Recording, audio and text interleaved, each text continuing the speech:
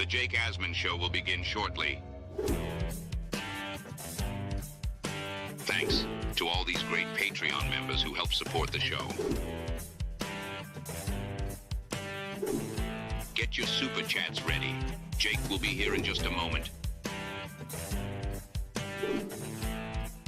If you love the New York Jets, this is the place to be.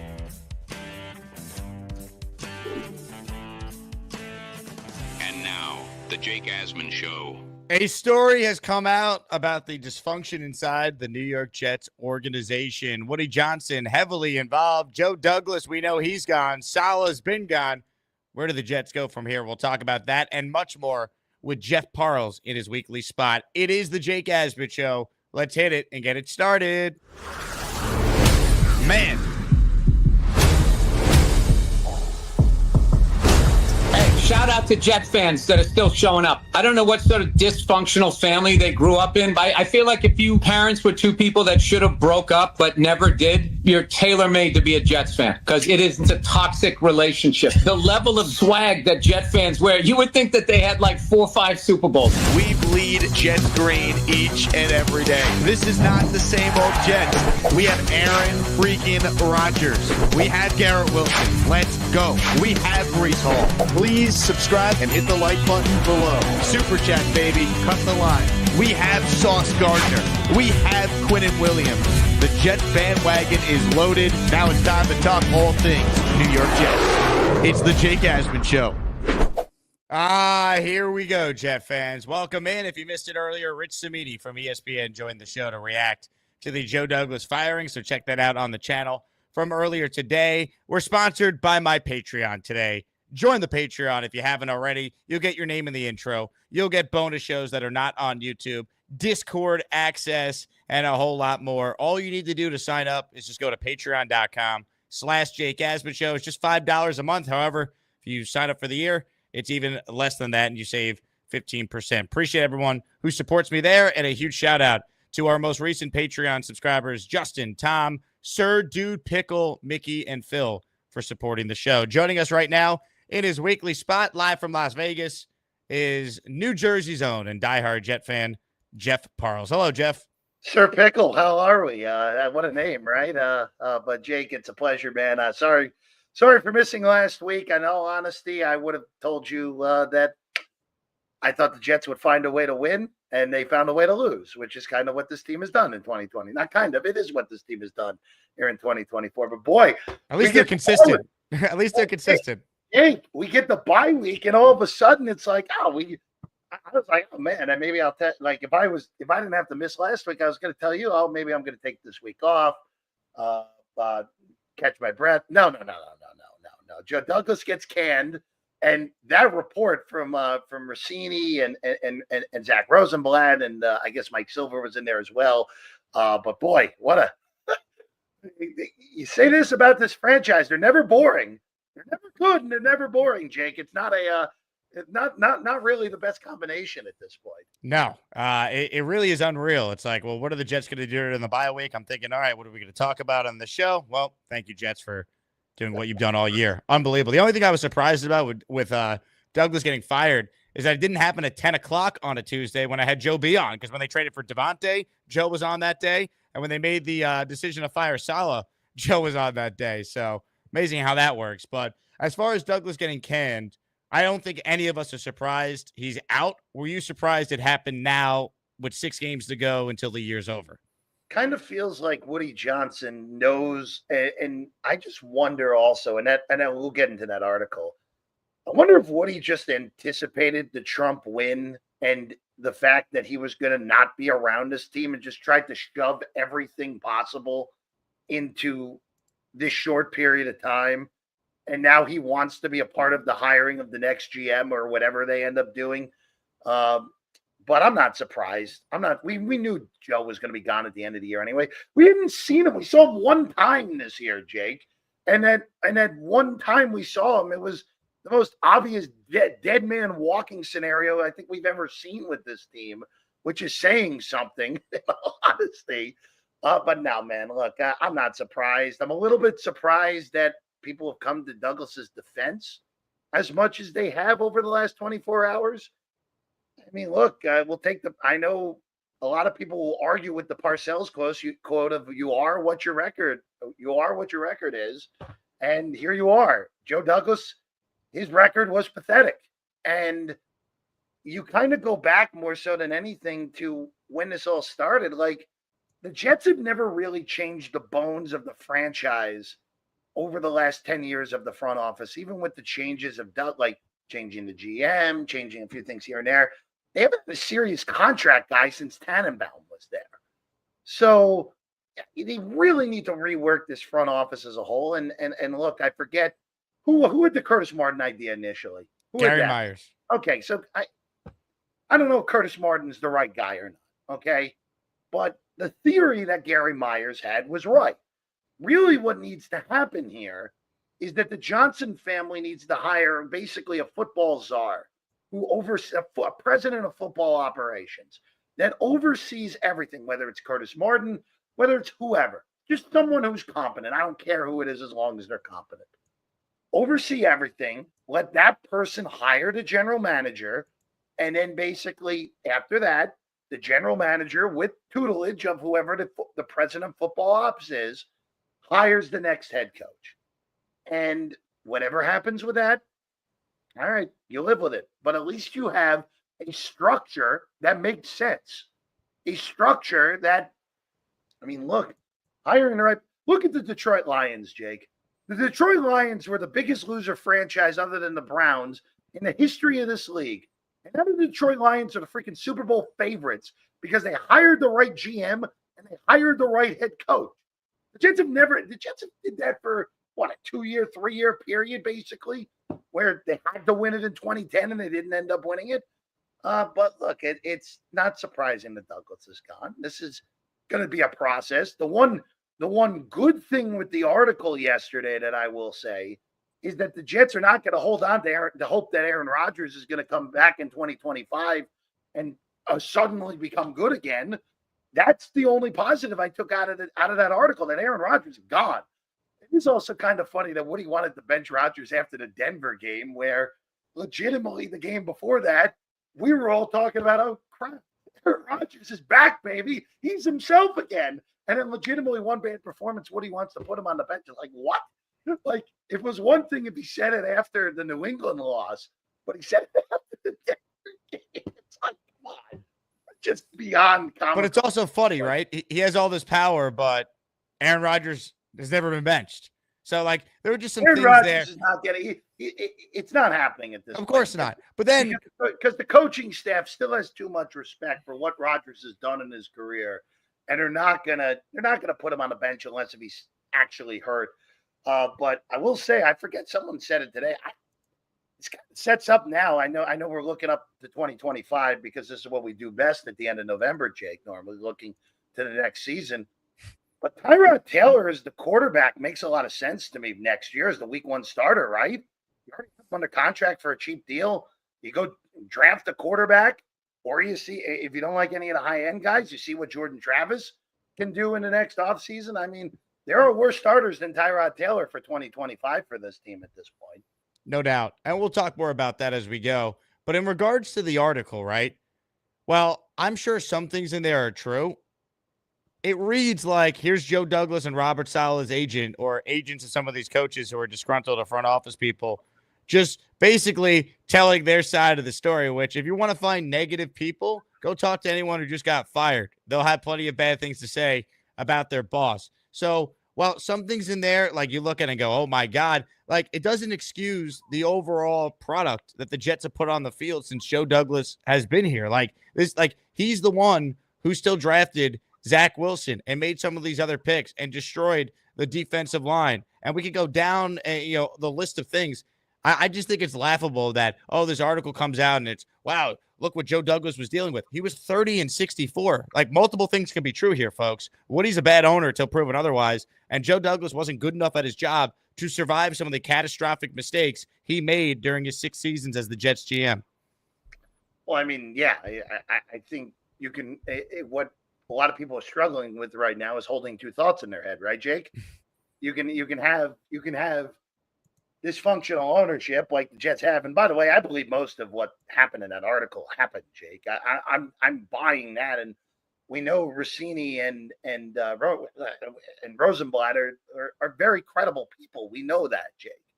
But I think more so than anything, like, yeah, Woody Johnson could be a disaster, but Joe Douglas deserved to be fired. Right.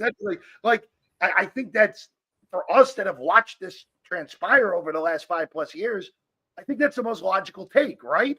Like Woody is clearly a bottom tier NFL owner at this point and has proven that over the last decade plus at this point. Douglas was not a good general manager and did not do a good enough job and also caved as well to the owner that didn't know what he was doing as well. And look, honestly, the guy who actually looks the best out of this for this train wreck now is Saleh. And I'm not saying that Robert Saleh didn't deserve to be fired. I'm not saying that Robert Saleh is a head coach in this league, Jake. I'm just saying that look at what has happened to this team where, in retrospect, the 3 losses they had, I know the Niners are messy, but we know they're an unbelievably talented team. Denver and Minnesota are going to the playoffs at this point. So the 3 losses came against the team that lost the Super Bowl last year and 2 other playoff teams. Those losses, yeah, at the time the Denver loss was that the sky is falling. Like, of course, I'm not changing that narrative. But it turns out that the Broncos ended up being a reasonable football team. So maybe Robert Saleh shouldn't have been fired. Not maybe. He shouldn't have been fired at that point. Remember, we talked about it that week, Jake, is like, okay, we don't disagree with the decision, but the timing makes no sense. Right. Going off a short week, going after long travel into your most important game of the season, which it was, and ended up being the pivot point. And what will honestly what stands out to me more than anything with this team is after the game, watching SVP, Buck, and Aikman, where Troy goes, I don't know where this Jet team goes after losing this game. And quite frankly, that was 100% right. Because there was really only one realist. That was the polite way of saying, I don't know how this thing doesn't go into the toilet bowl at this point.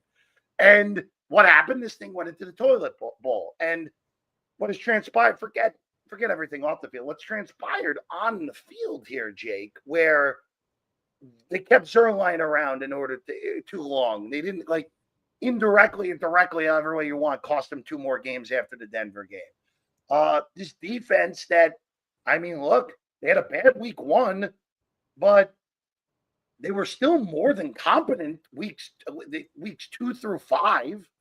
Like, they made Darnold look the worst he had this year through 5 weeks after a slow start. They held Denver to 10 points.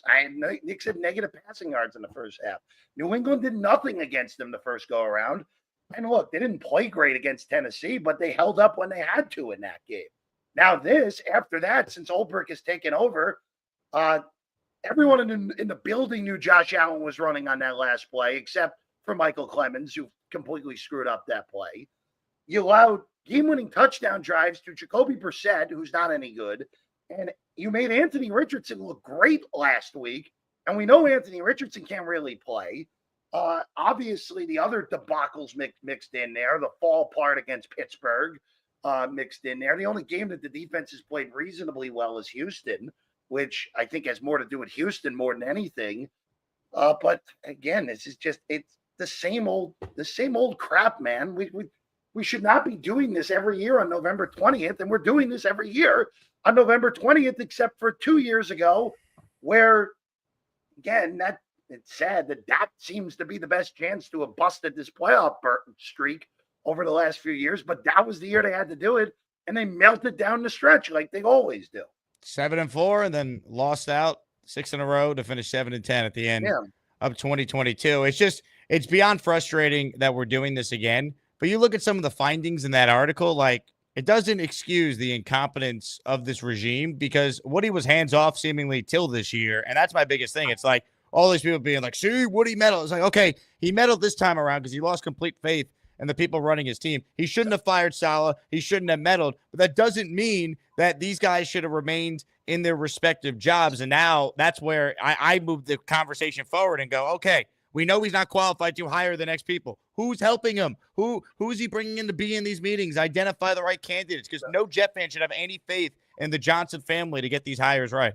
So look, I think you nailed the point in the middle of that, Jake.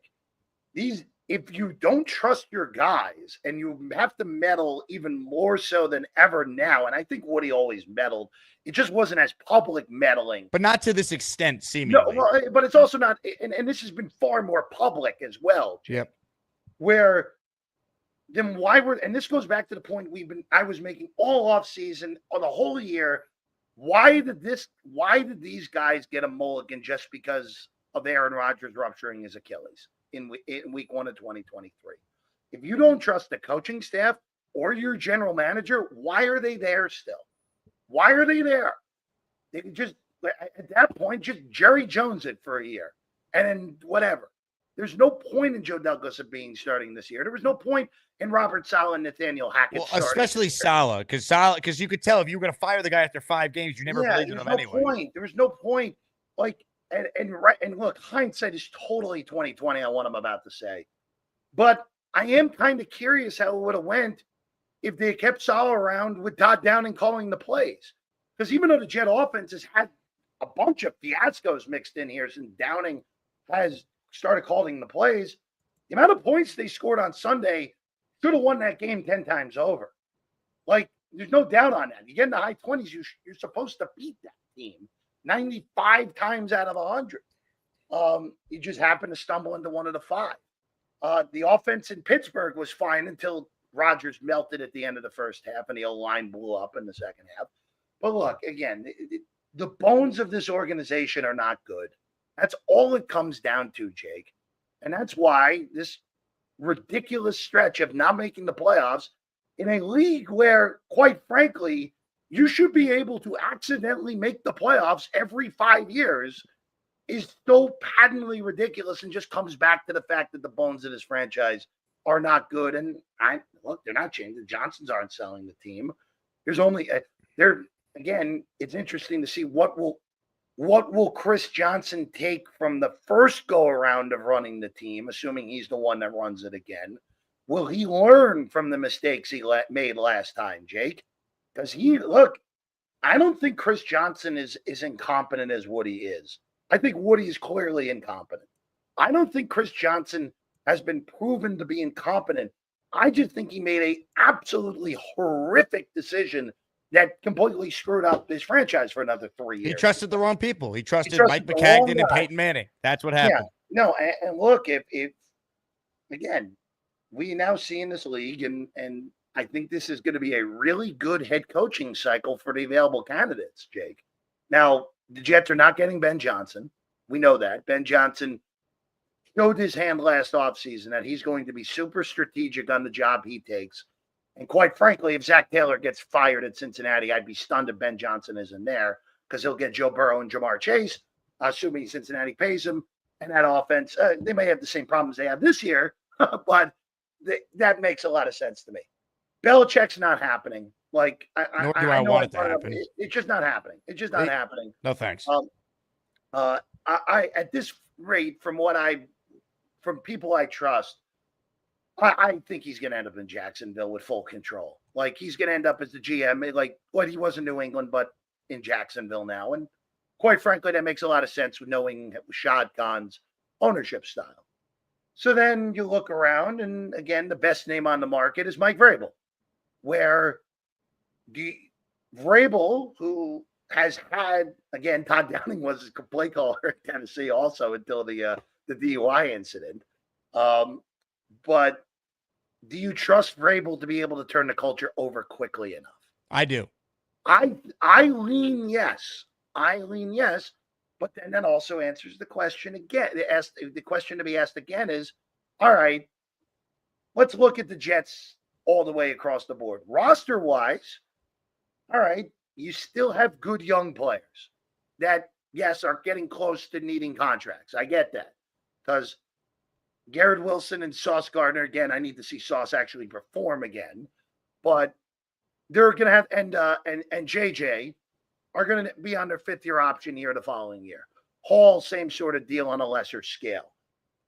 You have to figure out which of these young guys you want to pay right now and just get out in front of it for whoever the new GM is. Real quick, Jeff, the Yeah. only guy you pay, I think, based off of this year going into next year, it's Garrett Wilson. That's it. Sauce could play on his 4th year. And Well, I mean, look, you let Sauce play in his 4th year, then you figure out if you want to give him the 5th year option. I would still lean to it. oh, cool. Well, you give all these guys the 5th year. That's a no-brainer. They did it with AVT. But my big thing is they didn't pay Quinnen after his 3rd year. He wanted the new deal. So then he went out and became first-team All-Pro in year 4, and then they paid him. That's what they should do. I would give Garrett Wilson a long-term contract. The only question is keeper wide receivers that are high quality are now the market inefficiency. And I don't love paying a number 1 wide receiver because I think you can replace them as much. But Garrett has earned it on every single level in order to get paid. That's the guy you pay. He's a leader. He's a homegrown guy. He cares. Pay him. Again, I think Breece Hall's season has gone backwards because the offensive line just hasn't been as good as we would have thought. I still think Breece is an elite talent, but then we get into the whole running back argument, Jake. So that's a different thing. You obviously can't give Jermaine a big time contract because he's coming off the Achilles tear. You want to see what he does, but boy, there is still enough talent on this team that I think this. And again, there's 32 head coaching jobs. I don't think we're going to end up in a scenario where the Jets are just hiring some laughable guy because no one wants the job. If they end up with a laughable hire, it's because they screwed up the hire again. That's what it is. Right. I don't think it's going to be like one of those where it's like, all right, they end up with, I don't know. I'm trying to think of Matt Nagy. Yeah, well, I think Matt Nagy's a little bit different, but I don't feel like having that conversation right now. My brain went to Wade Phillips, who obviously is not getting the job, but someone in that mold. Like, you get what I'm saying? Like that Wade Phillips, Norv Turner role that was continuously went to in this league for a while. Like, I don't think that type of mold happens unless if the Jets just completely screw up. It's not that, Ben Johnson didn't want the job. Mike Vrabel didn't want the job. I'm just throwing Matt Campbell's name out there, even though I don't think that's a possibility. Matt Campbell didn't want the job. Like, it didn't happen because the top guys didn't want the job, Jay. Yeah, I still think this job carries weight, Jeff. I mean, it's 1 of 32. It pays great. And, like, you look at the talent, it's a lot more talent than some of these other openings. Like, for me, though, my philosophy when it comes to them trying to get the right people here, I want experience, man. Obviously, if you could get Ben Johnson, great. You try. I don't think it's going to happen. No, it's not happening, Jake.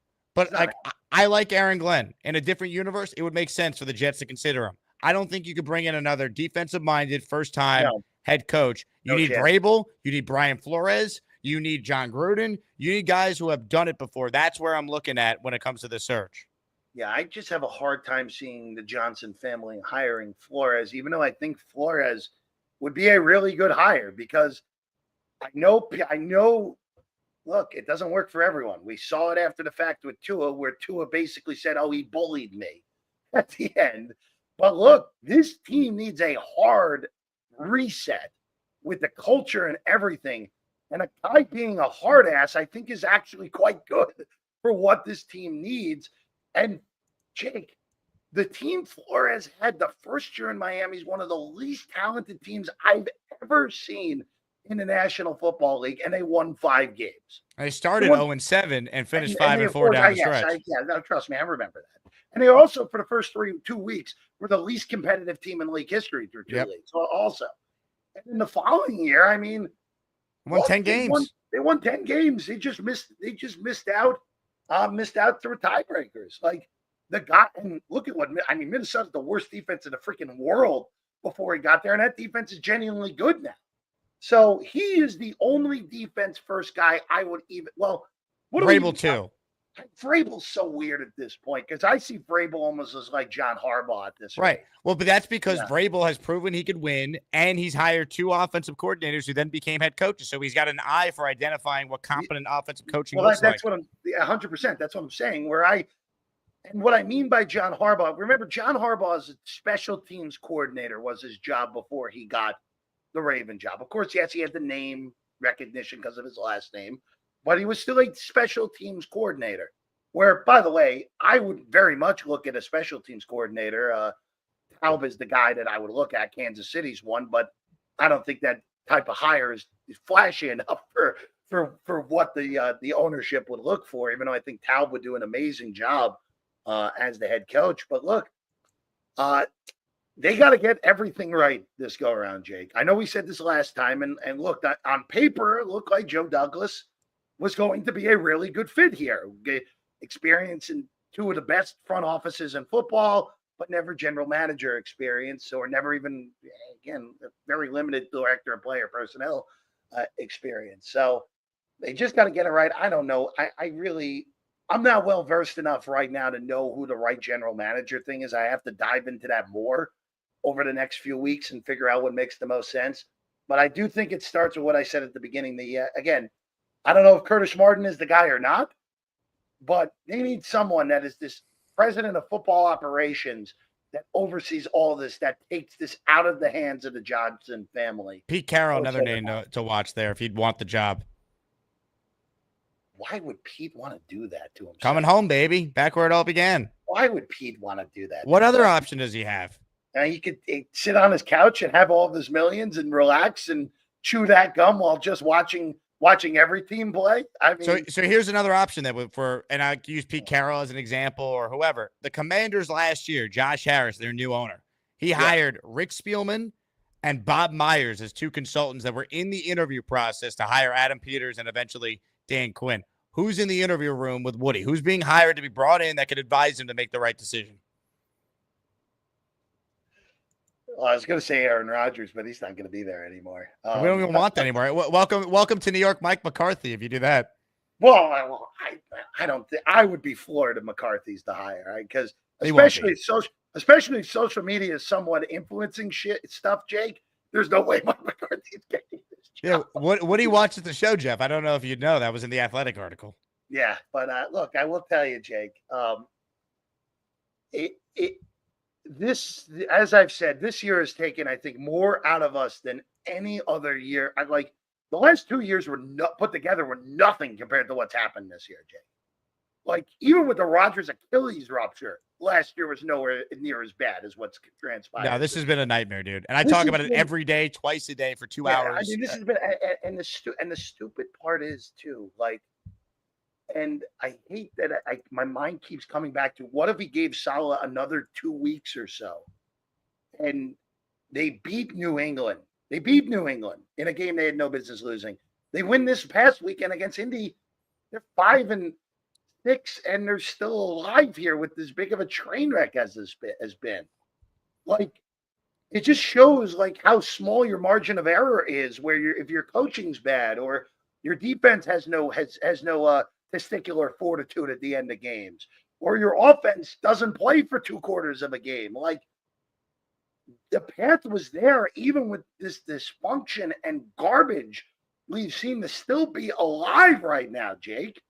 And they're not, because they're the New York Jets in 2024. Yeah, I mean, we were all wrong about this team. I know I was wrong. I thought this team was going to be very good. And when I left MetLife at 2-1 after the Rodgers looked like Rodgers and they beat the Patriots, we were like, okay, we're going to have a season. And then Denver happens, London happens, Woody pulls the plug. I will say this, though, Jeff. Well, I agree it certainly wouldn't be this bad. I think ultimately if they kept Saleh, we were setting ourselves up for 8-9, missing the playoffs, maybe 9-8, and then losing out on tiebreakers. I just don't think they were ever going to, unfortunately, win with him as the head coach. Jake, I'm not even going to say I disagree. I don't necessarily disagree, but Jeff Ulbrich has been every bit as bad as Jeff Saturday was in Indianapolis. Oh yeah. Ulbrich can't coach, and it's not his fault, but he can't coach. It is beyond evident at this point that Robert Saleh was the brains behind the defense. And Ulbrich was just a stooge who you needed to have a defensive coordinator, and he was there. He's just not qualified to be I'm not even sure if he's qualified to be a defensive coordinator. Well, let me say this, though. To defend Ulbrich a little bit. He's thrusted into this role. I think it was a mistake not giving up the play calling duties because I think he's been stretched too thin. And also, this defense he's coordinating, it's not the same defense it's been. They don't have the leadership of C.J. Mosley. They haven't had Jermaine Johnson since week 2. And this general manager who got fired yesterday completely dismantled one of the strengths of the team. Line. Yeah. The defensive line decimation which we talked about, but maybe not as much as we should have going into the year. You want to know why? We gave them the benefit of the doubt. We gave the coaching staff the benefit of the doubt that they'd be able to take whoever and make them good. Yeah, in retrospect, and I actually had this conversation with my dad the other day. The Jermaine Johnson injury was actually the biggest thing that's happened to the football. Forget all the BS around it, but the physical way the team is constructed. Jermaine Johnson going out was a gigantic deal because then everyone was thrust up into a bigger role. Will McDonald's had a nice season, but Will McDonald was not supposed to be the number one pass rusher on this team. He was supposed to be the number two pass rusher behind Jermaine Johnson. It made it to the fact that, also Hassan Reddick's been terrible since he finally showed up anyway. So that was a huge weight. That was another GM whiff, also Jake. Look, when this is all said and done, everyone who's gotten fired, again, has justifiably been fired. There's no arguing that. It's just that the timing of a lot of it was nonsensical. I don't really care about the Douglas timing. I really don't. All right, you're on a bye week. The trade deadline's passed. Your team's going nowhere. There's no harm. Put the man out of his misery. Get started on the next search. It makes sense. And also, too, again, Douglas, just put him out of his misery at this point. It was dead. It was dead anyway. Everyone knew he was gone. Who cares on the timing of that? But you can, when we have, really argue about the timing of Canning Salah. You genuinely can. Because the timing, Woody Johnson fired him because he got embarrassed in front of his friends in London, which is even with all the other football reasons, that should not be the straw that breaks the camel's back. I'm sorry. It just shouldn't be, Jake.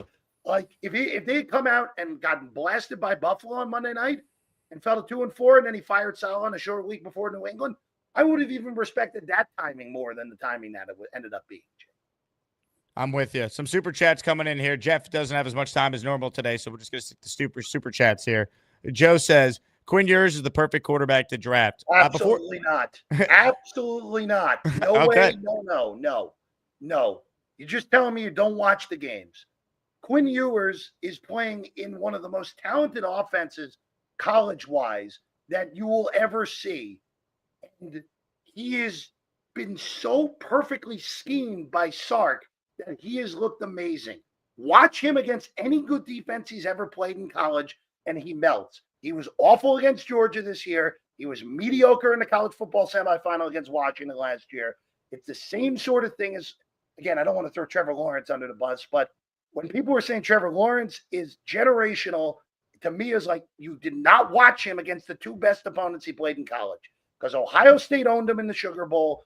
And LSU, again, LSU might be that LSU team with Burrow and all those guys might be the greatest college team ever, but those guys made Lawrence look very average. Every good defense that Quinn Ewers has faced has made him look average. If he's a New York Jet, we will be doing this crap all over again in 2027 or 2028. Excuse me. No way. He's going to be a bad NFL quarterback, and that team will be doing it all over again in 3 years.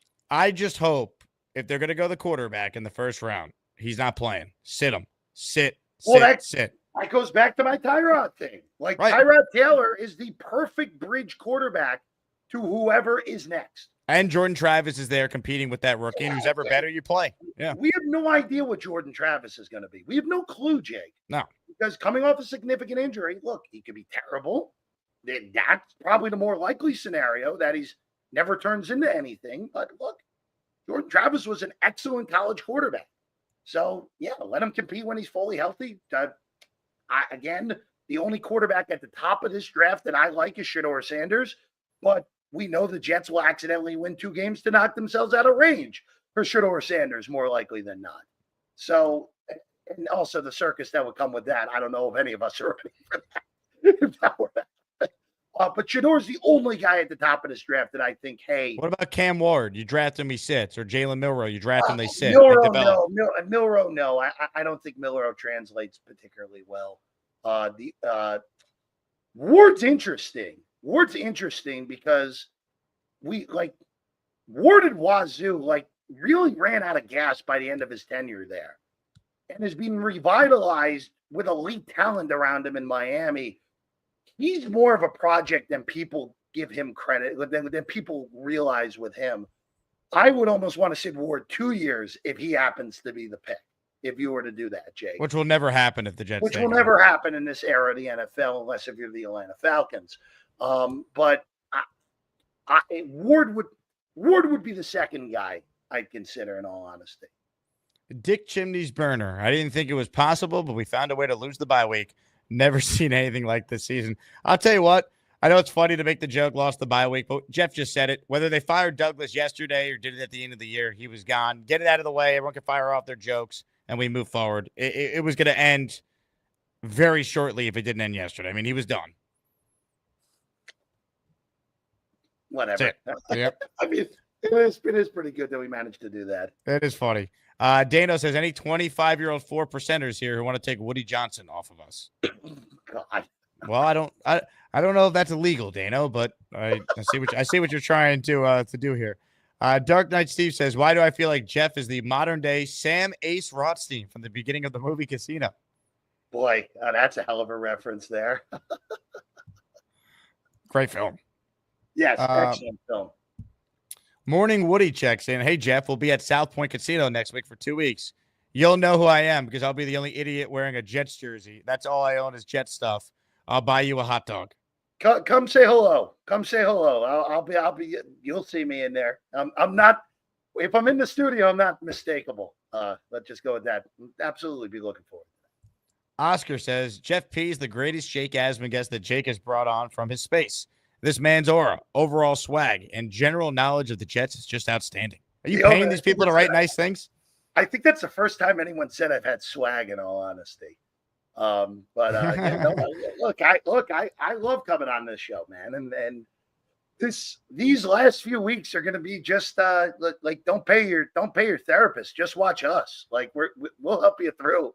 We'll help you through the next 6 games to the finish line of this mess here this year. That's the thing, right? It's like there's still 6 games left somehow. 6. No, it's Jake. So here's. Apathy is what kills things more than anything, right, man? Like, my dad and I talk during every single Jet game 10, 15 times a game, 20 times a game. You know how many times we talk during the game on Sunday? You know how many times? 2.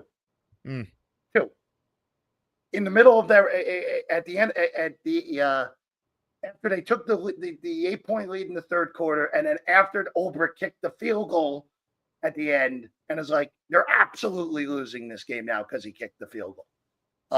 And that was it. And I don't blame people for being apathetic right now. I mean, that's how. It's unreal. I'm actually happy they're not playing this week.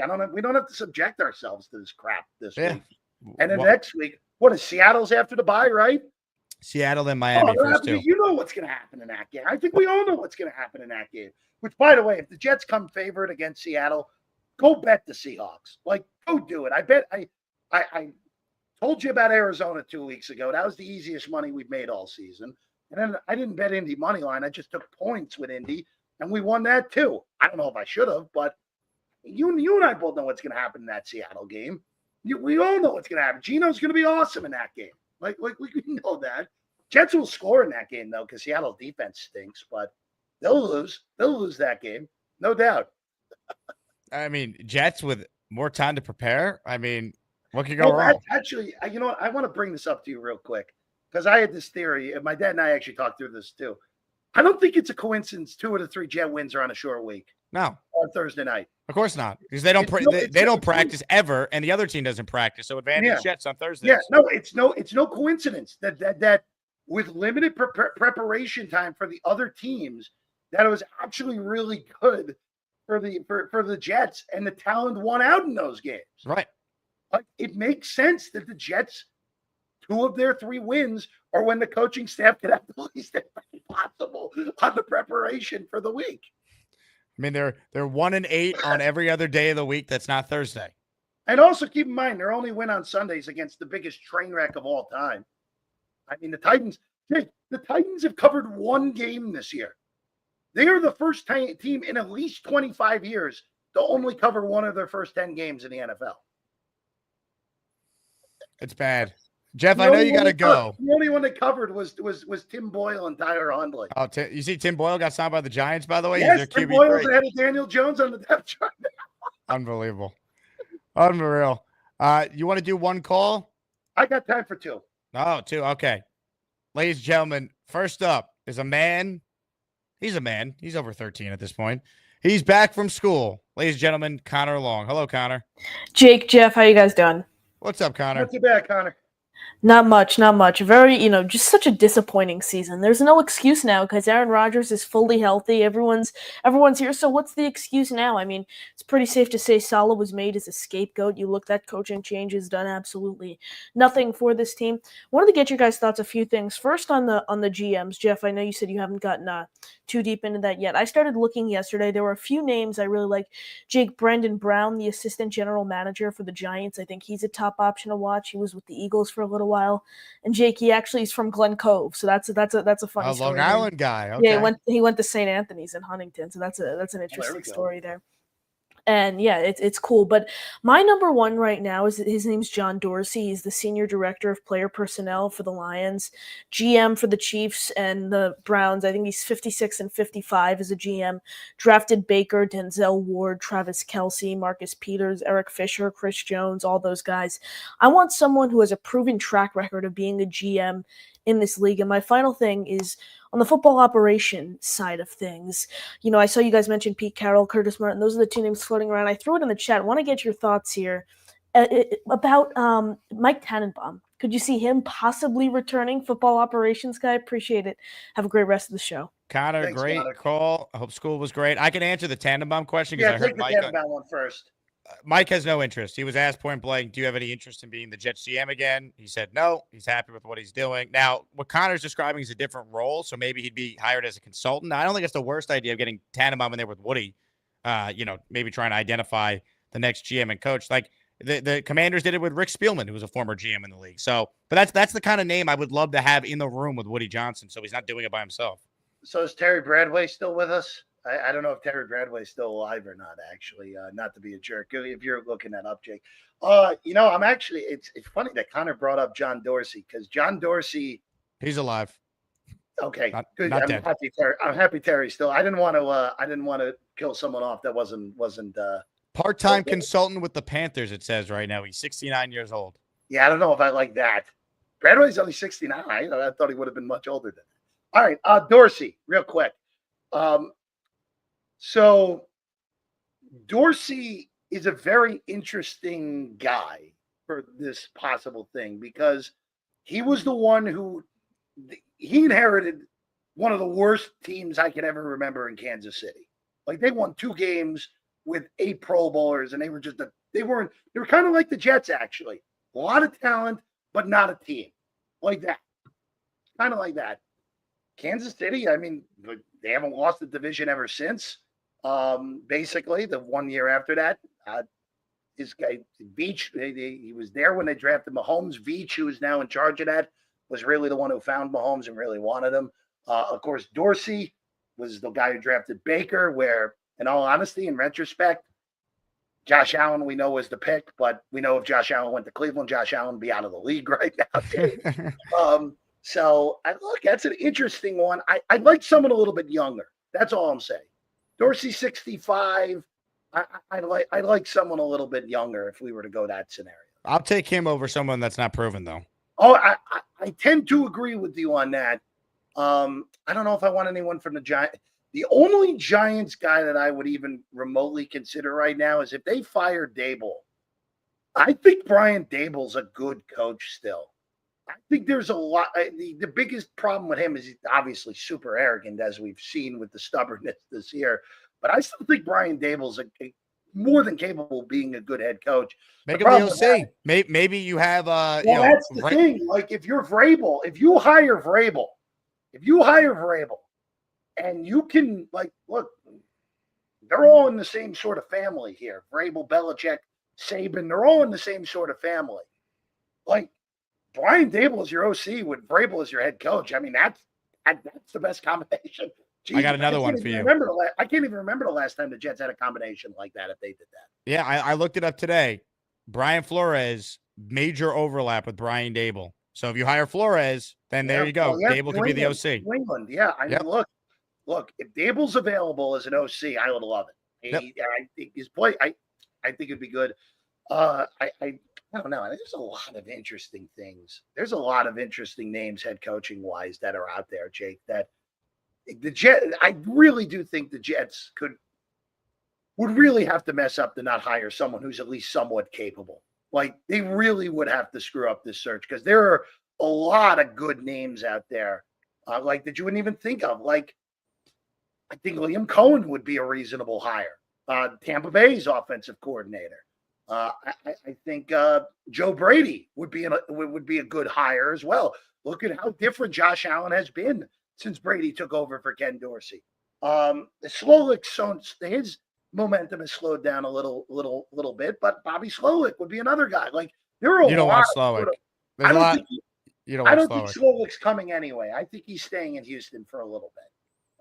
But boy, there are a lot of good offensive names that you could go after, in all honesty, this offseason, Jake. All right. We went a little long there, but we do have Bobby Bindot on hold for you, Jeff. Are you ready? Good. All right. I'm ready.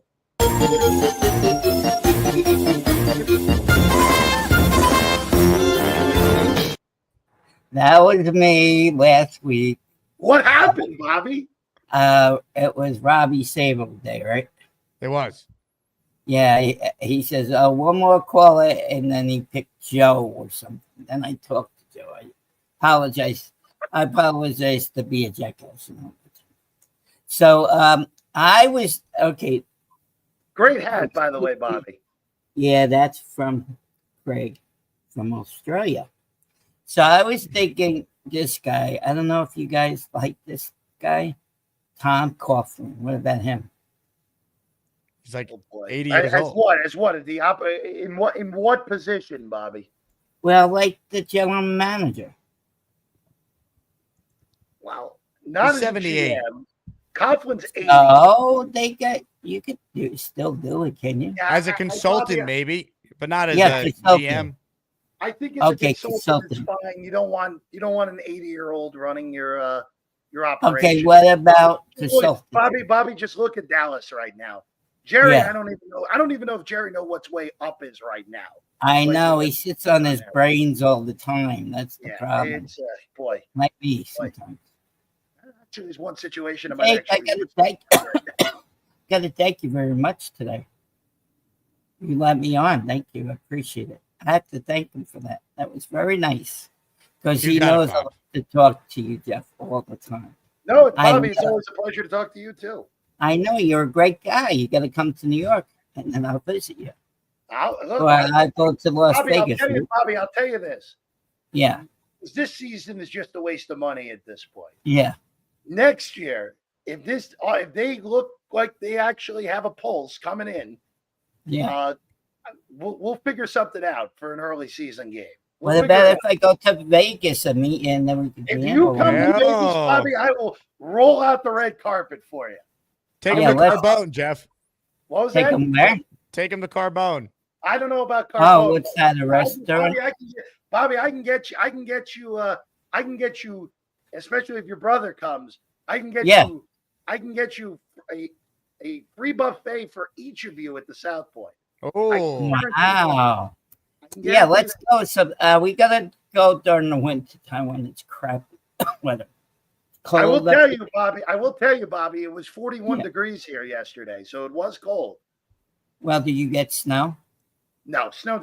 If it ever snowed more than a quarter inch here, the city would shut down for 2 weeks. I know, right? Like Florida or Arizona. Yeah. Yeah. No, I want to come out there. That'd be good. Yeah, we could. You could show me that. Bobby, what's that thing that you ride the roller coaster? What's that thing? Oh, if you want to go on the New York roller coaster, you are all on your own, my friend. Hey, Bob, would you go to a strip club? Oh, yes. Oh, yeah. No, he's married. That's the problem. He's married. Well, whatever, Bobby. We'd figure something out. Your wife let you go you might be on your own for some other for a few of the activities there. Let's just go. Yeah, that kind of activity, I think. Yeah. But I would love to meet you in person. I met Jake in person. No, Bobby, if you figure out a trip to Vegas, I will roll out the red carpet for you, my friend. Do you see the video of me with going to the game? Yes, I saw you on whatever ayahuasca you claimed you were on. Yeah. And then what about Noel? You like Noel? What was that? The was lady in the parking lot who Bobby thought was very attractive. That was nice to Bobby. I did not. I don't remember Bobby. All I remember was you. That was good. Nick Shine set me up. Nick Shine in your chair. Jake, do you have a picture? Nick Shine, I'll send you the video, Jay. It's like a 7-minute highlight. All right, I'll report Nick back, and Nate hooked me up with that. She's cool. Oh yeah, you dog. Grandpa got a Mr. Happy. Keep it in your pants, Bob. It's a family show. Calm your freaky down. Okay, I apologize. Okay. All right. I was clean about Mr. Happy though. Okay, could have said that stuff. All right, Jeff. I love to talk to you. I love to talk to you, Jake.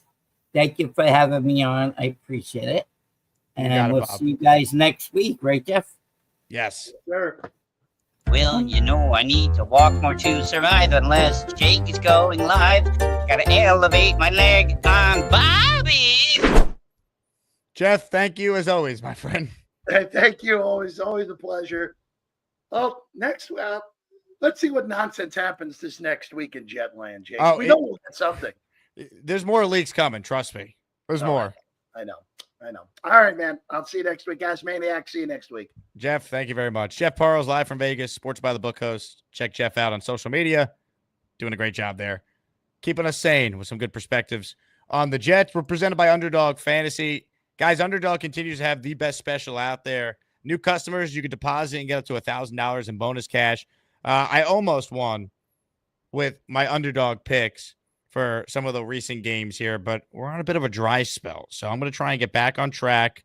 I'm looking at the schedule. I'm looking at what's going on tonight in the NBA, and I'm going to put some faith in the Cleveland Cavaliers, believe it or not. I like Donovan Mitchell's higher in point total, so I'm taking that, and I'm going to fade Damian Lillard's point total at 24.5 points. So higher on Giannis, or higher on Donovan, lower on Lillard.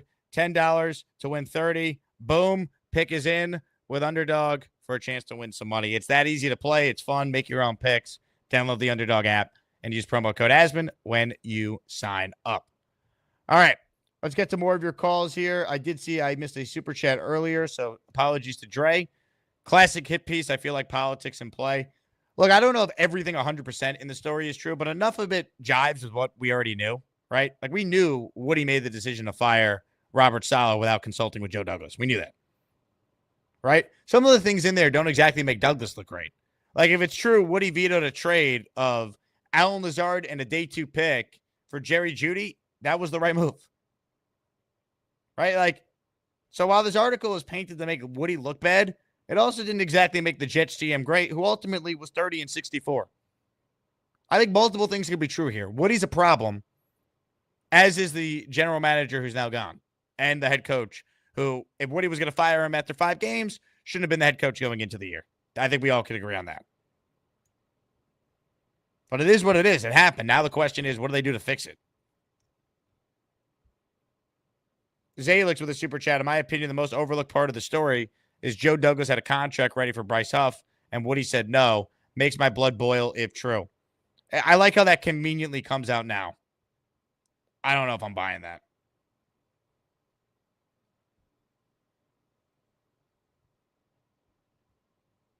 I don't know. It's just, you don't know what to believe. I mean, why didn't he sign Jadeveon Clowney? That's not in there. Why did he give away JFM for nothing? That's not in there. You would think that would be in there too.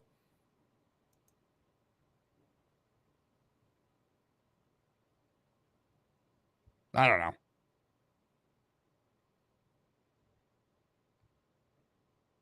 John says, Jake, what have we as fans done to deserve this torture? Nothing. This fan base is incredible. I say it all the time. The Jet organization does not deserve the fan base. The fact that we still care this much after all the losing shows you what kind of amazing fans Jet fans are.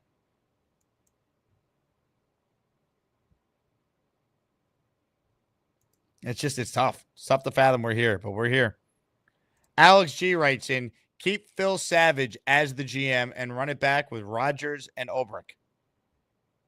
Thank you for the time. Into the shadow realm you go. Aaron Rodgers is another sudden Liz Frank injury due to failure to vaccinate. I'm the dumbest person I know. Get your 5th booster, Keith. We'll see you later. Yo Holmes wrote, Flores, like Saleh, is a solid coordinator, bad head coach. I guess you don't know Brian Flores' resume. Did Robert Saleh ever win 10 games? You know, Brian Flores was the first Dolphins coach since 01-02 to have back-to-back winning seasons. Brooklyn guy, ass kicker. They need some of that. I like Flores. You put Flores with a good OC because that was his biggest downfall in Miami. He had 3 different offensive coordinators in 3 years. He never got that hire right. If you tell me you got Brian Flores at head coach and he hires his friend Brian Dable as the OC, you're winning games. I don't care who your quarterback is. You're going to be a competent football team because there's talent on this team. Imagine you get Brian Flores, Will McDonald, Jermaine Johnson, Quentin Williams, and they draft a legit defensive tackle or sign someone to free agency. They're going to be a good defense again.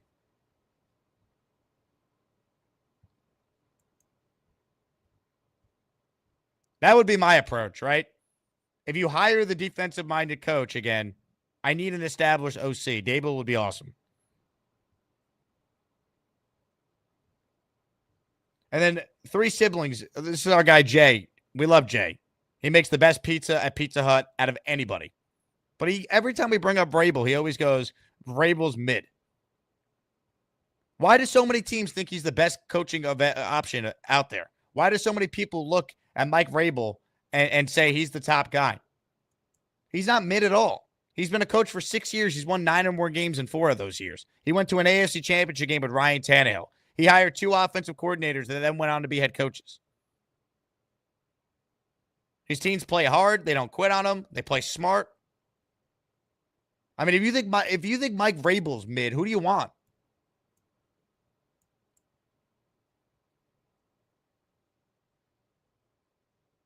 By the way, if the Jets could hire a mid head coach, maybe they would have snuck into the playoffs once over the last 14 years.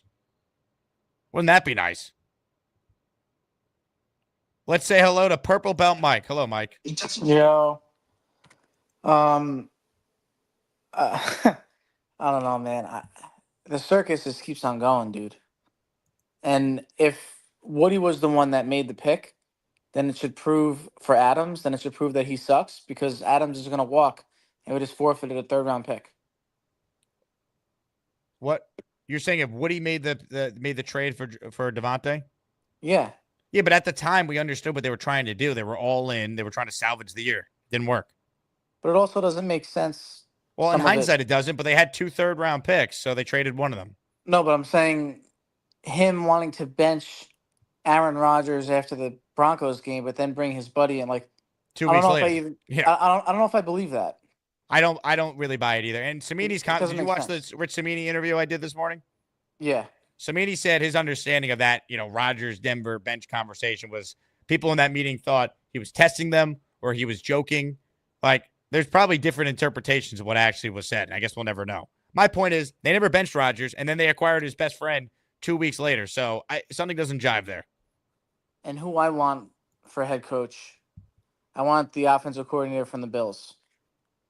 So you want Joe Brady? Joe Brady. Yeah, I want Joe Brady. I give him an interview. I mean, he's never been a head coach before, so that doesn't scare you? Well, Ben Johnson wouldn't scare you either, and he's never been a head coach. Yeah, but I think Ben Johnson has more of a proven track record than Joe Brady does. The Bills are in shambles, and he's been 15-3 since he took over as offensive coordinator. I mean, he's the reason why they won the division last year. Yeah, but he also has one of the best quarterbacks in the league. True, but I think that Josh Allen was really good before Joe Brady started working with him. Though. Look at the turnover differences between he's been the offensive coordinator from not. Sure, give him credit, but I think Josh Allen was already an MVP candidate a couple of years prior with Brian Dable. Agree. I just think he hasn't had anything on his resume that's bad. So I don't think it would be a bad hire. I interview him. No problem with that. I lean with the guy who's experienced. If you can't get a guy who's experienced, I rather the offensive guy than another first time defensive minded coach. Right? I like Aaron Glenn a lot. Loved him with the Jets. Loved the story. I can't hire Aaron Glenn over potentially taking a chance on Joe Brady. That's how I look at it. Yeah, I agree. I think if we have our say, then yeah, Vrabel and Flores, but I don't think they're gonna come here. I think you can get Flores. Vrabel might be tough because there'll be other teams that might make him their number one choice. If we got Flores, isn't there a like an assistant GM or something like that that's good with the Vikings? Isn't there someone on the Vikings too right now? I'd have to look at their front office, like who their assistant I saw GM something like that. So that could be like a package deal. Yeah, or you bring in a GM, he's gonna go through the candidates list and be like, yeah, why wouldn't we talk to Brian Flores? Yeah. Why are you in the dark, Mike? I'm telling you, it's not that bad. Put some lights on. No, I was waiting for you to comment on the dark. I'm gonna do a darkness retreat every night. This is for someone who says you're done. You don't care about the Jets. You seemingly still care. Because I say I'm done, but it's hard. I've been tortured my whole life. You're not done. You need this team. You love the pain. You're addicted. I know. I went bald because of the Jets. You were telling me that's funny. Yeah, that's what happened. All right, brother. Well, hang in there. I got some good news for you, by the way. All right, for exclusively announcing it to you right now. You ready?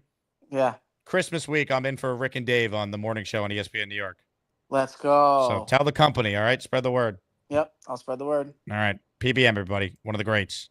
That's right. Morning drive, 6 to 10 a.m. the week of Christmas on ESPN New York, 8 a.m.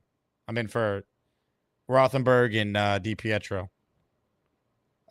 Big Islander fan says, my blood boils, Jake. Make the new coach and GM make the decision on Rodgers.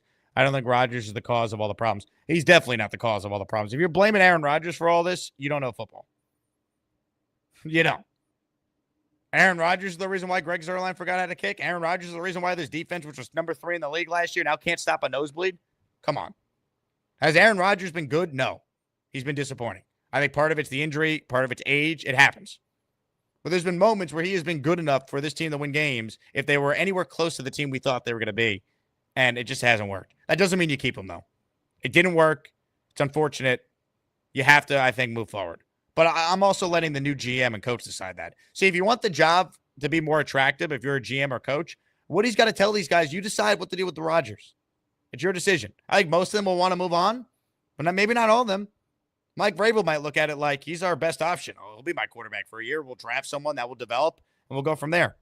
Those two guys are friends, by the way, Rodgers and Vrabel. They play in that golf tournament every year in Tahoe. I don't think Aaron's here next year, though. More of your calls. Let's say hi to David. What's up, David? Great angle. Oh, hi, here. Jake. Hey, David. Yeah, can you hear me? Hi, Jake. Can you hear me? Hey, David. Can you hear me? Yes. Hi. First, I'm a little nervous, but you have the greatest show. I'm a Jet fan ever since I'm 10 years old, and I'm 68 now, and as far as the pain goes, if it doesn't kill you, it'll make you stronger. That's right.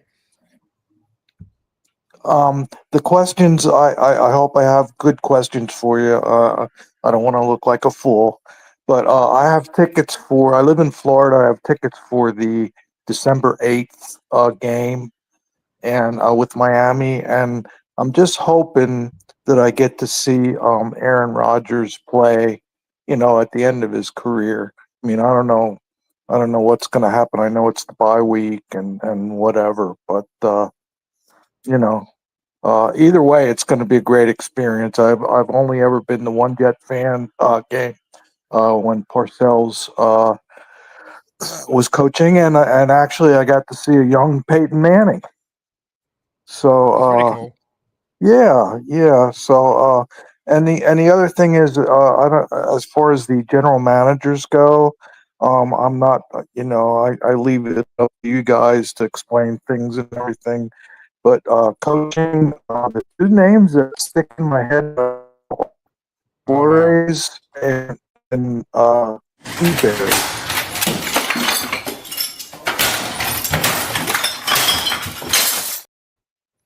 David, good first call. Your internet, unfortunately, ended it early.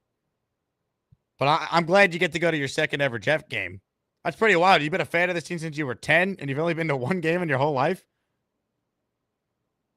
I do hope that Aaron plays quarterback for that game just for you. I think he will, but I don't know. Do we really know at this point? Would it shock you if the Jets come back from the bye and they announce Rodgers is going on IR with some injury?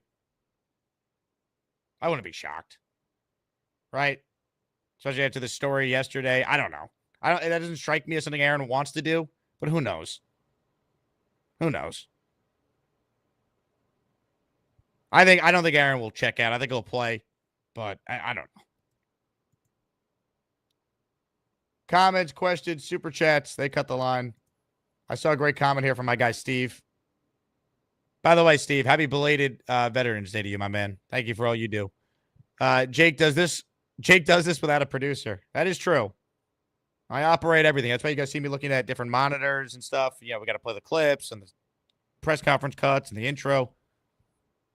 When the show's live, it's all me. GTA wrote in, if you could combine Lane and Bobby, this would be it. Our last caller, David, did have a little Lane train in him. The voice was very similar. I noticed that as well.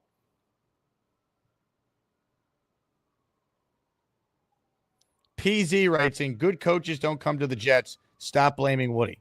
Got to be among the dumber comments I've ever read. Thank you for the time. I'd rather be the Jake Asman heel than the Robert Saleh truther any day of the week. But it's weird because I don't see myself as a heel. I think I'm a realist. I don't want to hear none of that shit. You do not root for no damn New England to win shit.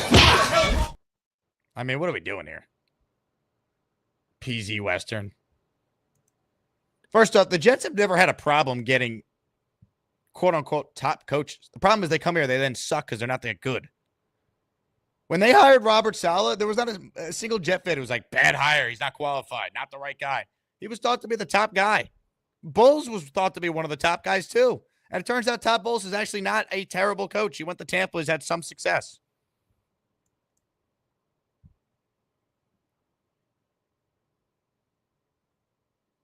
Right? Like, come on.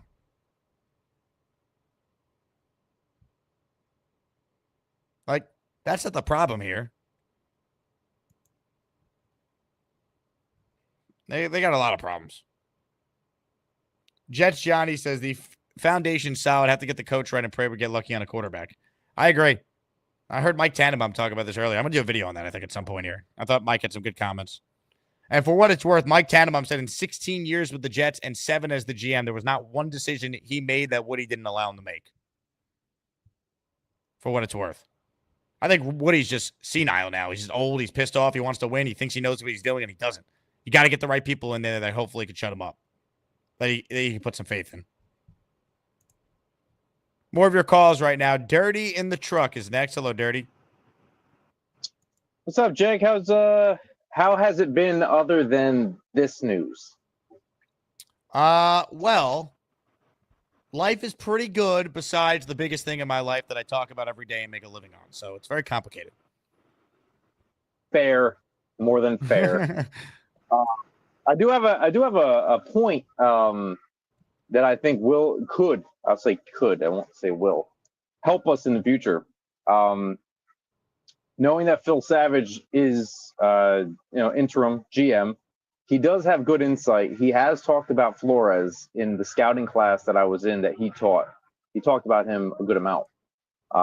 He is tied to Bill Belichick. Who are you talking about? You're talking about Phil Savage talked about Brian Flores? Yeah. Okay.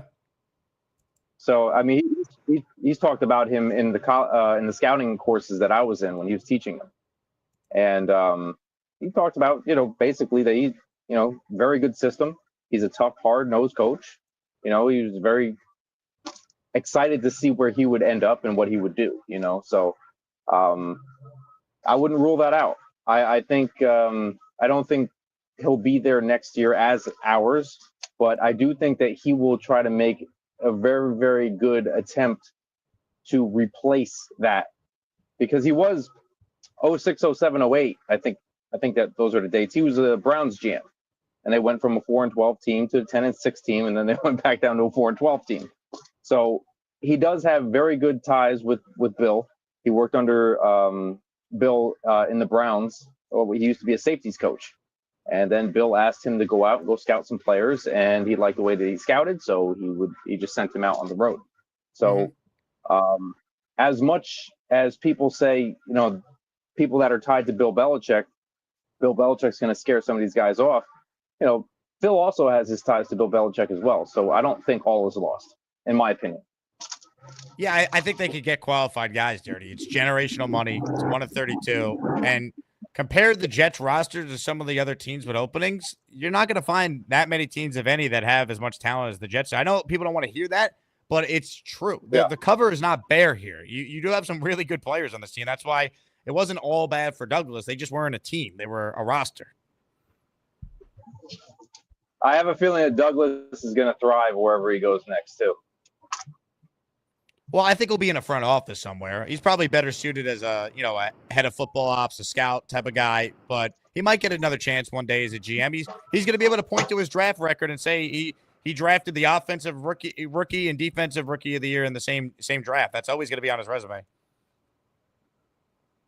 Yeah, always. But I'm going to lose service, so I'm going to let you guys go, and I don't want to ruin your show. So you're good. Kyle Clifton wrote in, life's good for Dirty. He's dominating the Circuit League. That's right. Dirty in first place with a 9-2 record, just kicking all our asses. Unreal, Dirty. Maybe you should be the Jets GM.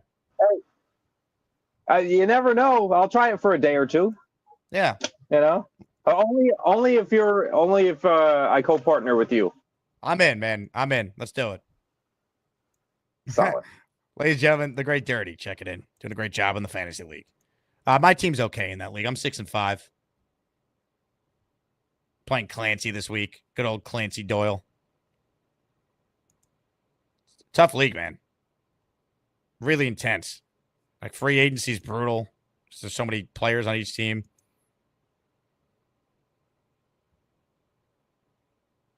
Tough.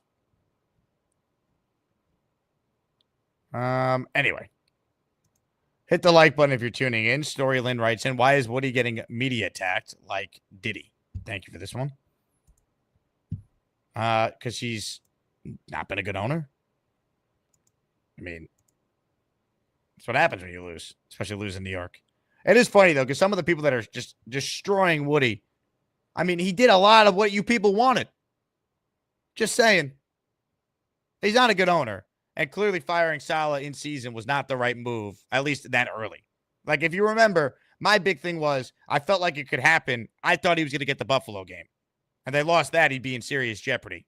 And then definitely, that primetime. Because remember, they had the 3 straight primetime games. I'm like, uh-oh. It was London, which was standalone, not primetime, but everyone was watching. Then you had Buffalo Monday night and Pittsburgh Sunday night. And I remember after that Denver game, we did a show, and I'm like, look, they're 2-2. He's not going to fire Saleh yet. But I remember we talked about it, like, these next couple games here, that could decide things. And once they lost in London, I thought he was coaching for his job in the Buffalo game. I said it, and then he got fired. Literally, I think it was like within minutes we had Beningo on. We were talking about it, and then it happened. He literally got fired during the show. After we were just talking about it being a possibility if they lost to the Bills. So I always felt like it was possible, but I don't think any of us could have imagined it would do this. Bo writes in, need an intervention from the other 32 teams. More calls right now. Philly Needles, you're next. Hello, Philly. Hey, what's up, Jake? What's going on? What's up, Philly? Not much. I feel like shit's gonna happen. Shit's gonna hit the fan when it gets worse, and it gets worse, and it is what it is. Everything happens for a reason, though, right? Aaron was manufactured because Zach was a bust, right? It is what it is. So he was on borrowed time. No one should be feeling any bit type of way. JD had one amazing class of draft. Kudos. And it can carry us into the future. So, yeah, thanks on the way out. But if the Broncos, the Commanders, the Texans, if all these teams can flip their shitty teams, excuse my language on your show, in 2 years to something watchable, entertaining, and actually good, then we can do it. It's about getting the right leadership in the building. I think the problem was the glue guys went. People keep sleeping on Justin Hardy on special teams. Glue guy. He used to rally the team on the sideline, the entire team. So you lost Justin. You lost JFM. JJ getting hurt was the other anchor on the defense. And unfortunately, Rodgers, coming off the Achilles, could not be the OC for his incompetent friend Hackett. He cannot be the leader and be himself. So it imploded. It was either going to sail off and take off the way we wanted or it wasn't. And it went the opposite way. But, I mean, just a name to shout out for quarterbacks. I like that kid, Dylan Gabriel. Reminds me of Russell Wilson. It reminds me of Kyler Murray. So the Oregon quarterback, right? And he was at Oklahoma before. Yeah, he reminds me of Kyler Murray, Wilson, and Tua. And, I got clowned for the whole Tua thing, but I'm like, well, Tua went to a playoff already, and Tua is not I'll take Tua right now over many other options that are in the NFL that are free agents next year, right? So it's to say, I think him at 24 years old coming out, he could either take over half a season or he can sit one season behind Tyrod or whoever they got, bring in the right OC and head coach and GM. And Brian Flores, to me, if there's anybody who can rally a team to become men, it's probably going to be him pretty fast. And Dable, just like him, will not take crap. We're looking at Daniel Jones sitting as the fourth-string QB at $100 and something million total contract. So he'll have the balls to tell his kicker, you're sitting down after one missed, two missed, three missed games. We're not waiting that long for something to implode on us with the right coaching staff. So I think the core is there, and we have them under contract still. So everybody just chill the heck out. Next 6 games are just deciding draft and who we should cast a gigantic net to see who should help us become, VP of operations. It'd be great to find out. We have that listed, then GM, then coach. But, it's going to take time, man. I can't even think about like quarterback in the draft, but it's an option. It is. I don't know enough about Gabriel to really comment. I don't know enough about these. I really did not think I'd be talking about drafting a quarterback in November when it came to this team this year. I mean, good God. Chad Jett is up next. Hello, Chad. Hey, how you doing, Jake? What's up, Chad? Another day, another Jets. It just keeps getting worse, man. I know. Well, you know what though? It has to truly bottom out for this to hopefully finally change. That's the thing. Like, what is the true bottom out? Like, because I think cleaning house. Everyone gone. Brand new regime. I mean, when was the last time? I was thinking about this. The Jets have had openings for GM, for coach, quarterback. When was the last time we entered an offseason where they're going to try and replace all 3 of those roles? Probably since Rex and Idzik left.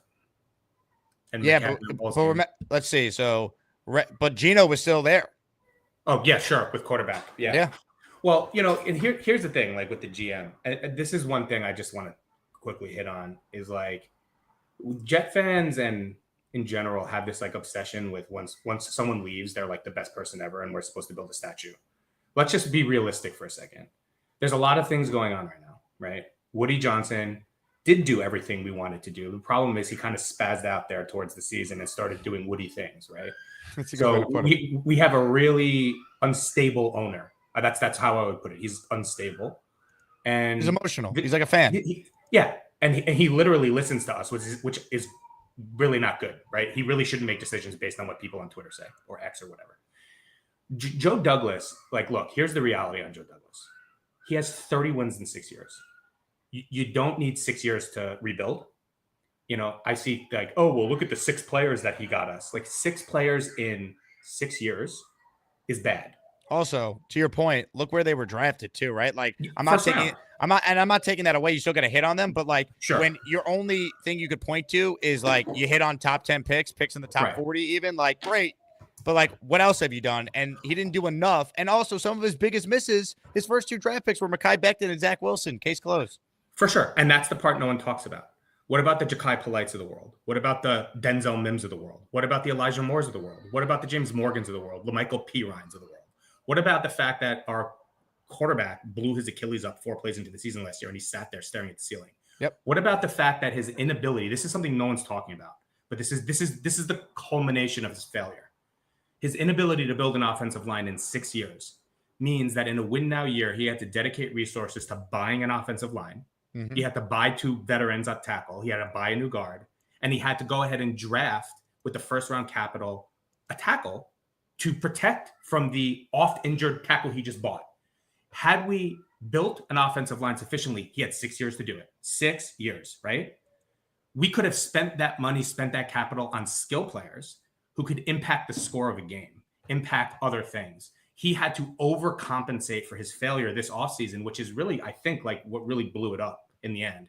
And I think he actually got fired instead of at the end of the year, because I think Woody, and I don't think he's wrong for this, looked up at this kicker situation last week, and I think it was the final straw.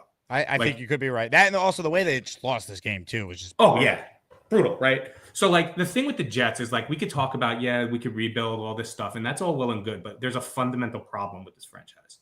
And like all these athletic reports, everyone wants to dispel them. And I think, of course, it's a media report. There's going to be some level of embellishment and there's some level of slant. However, like there is a level of truth to everything being said.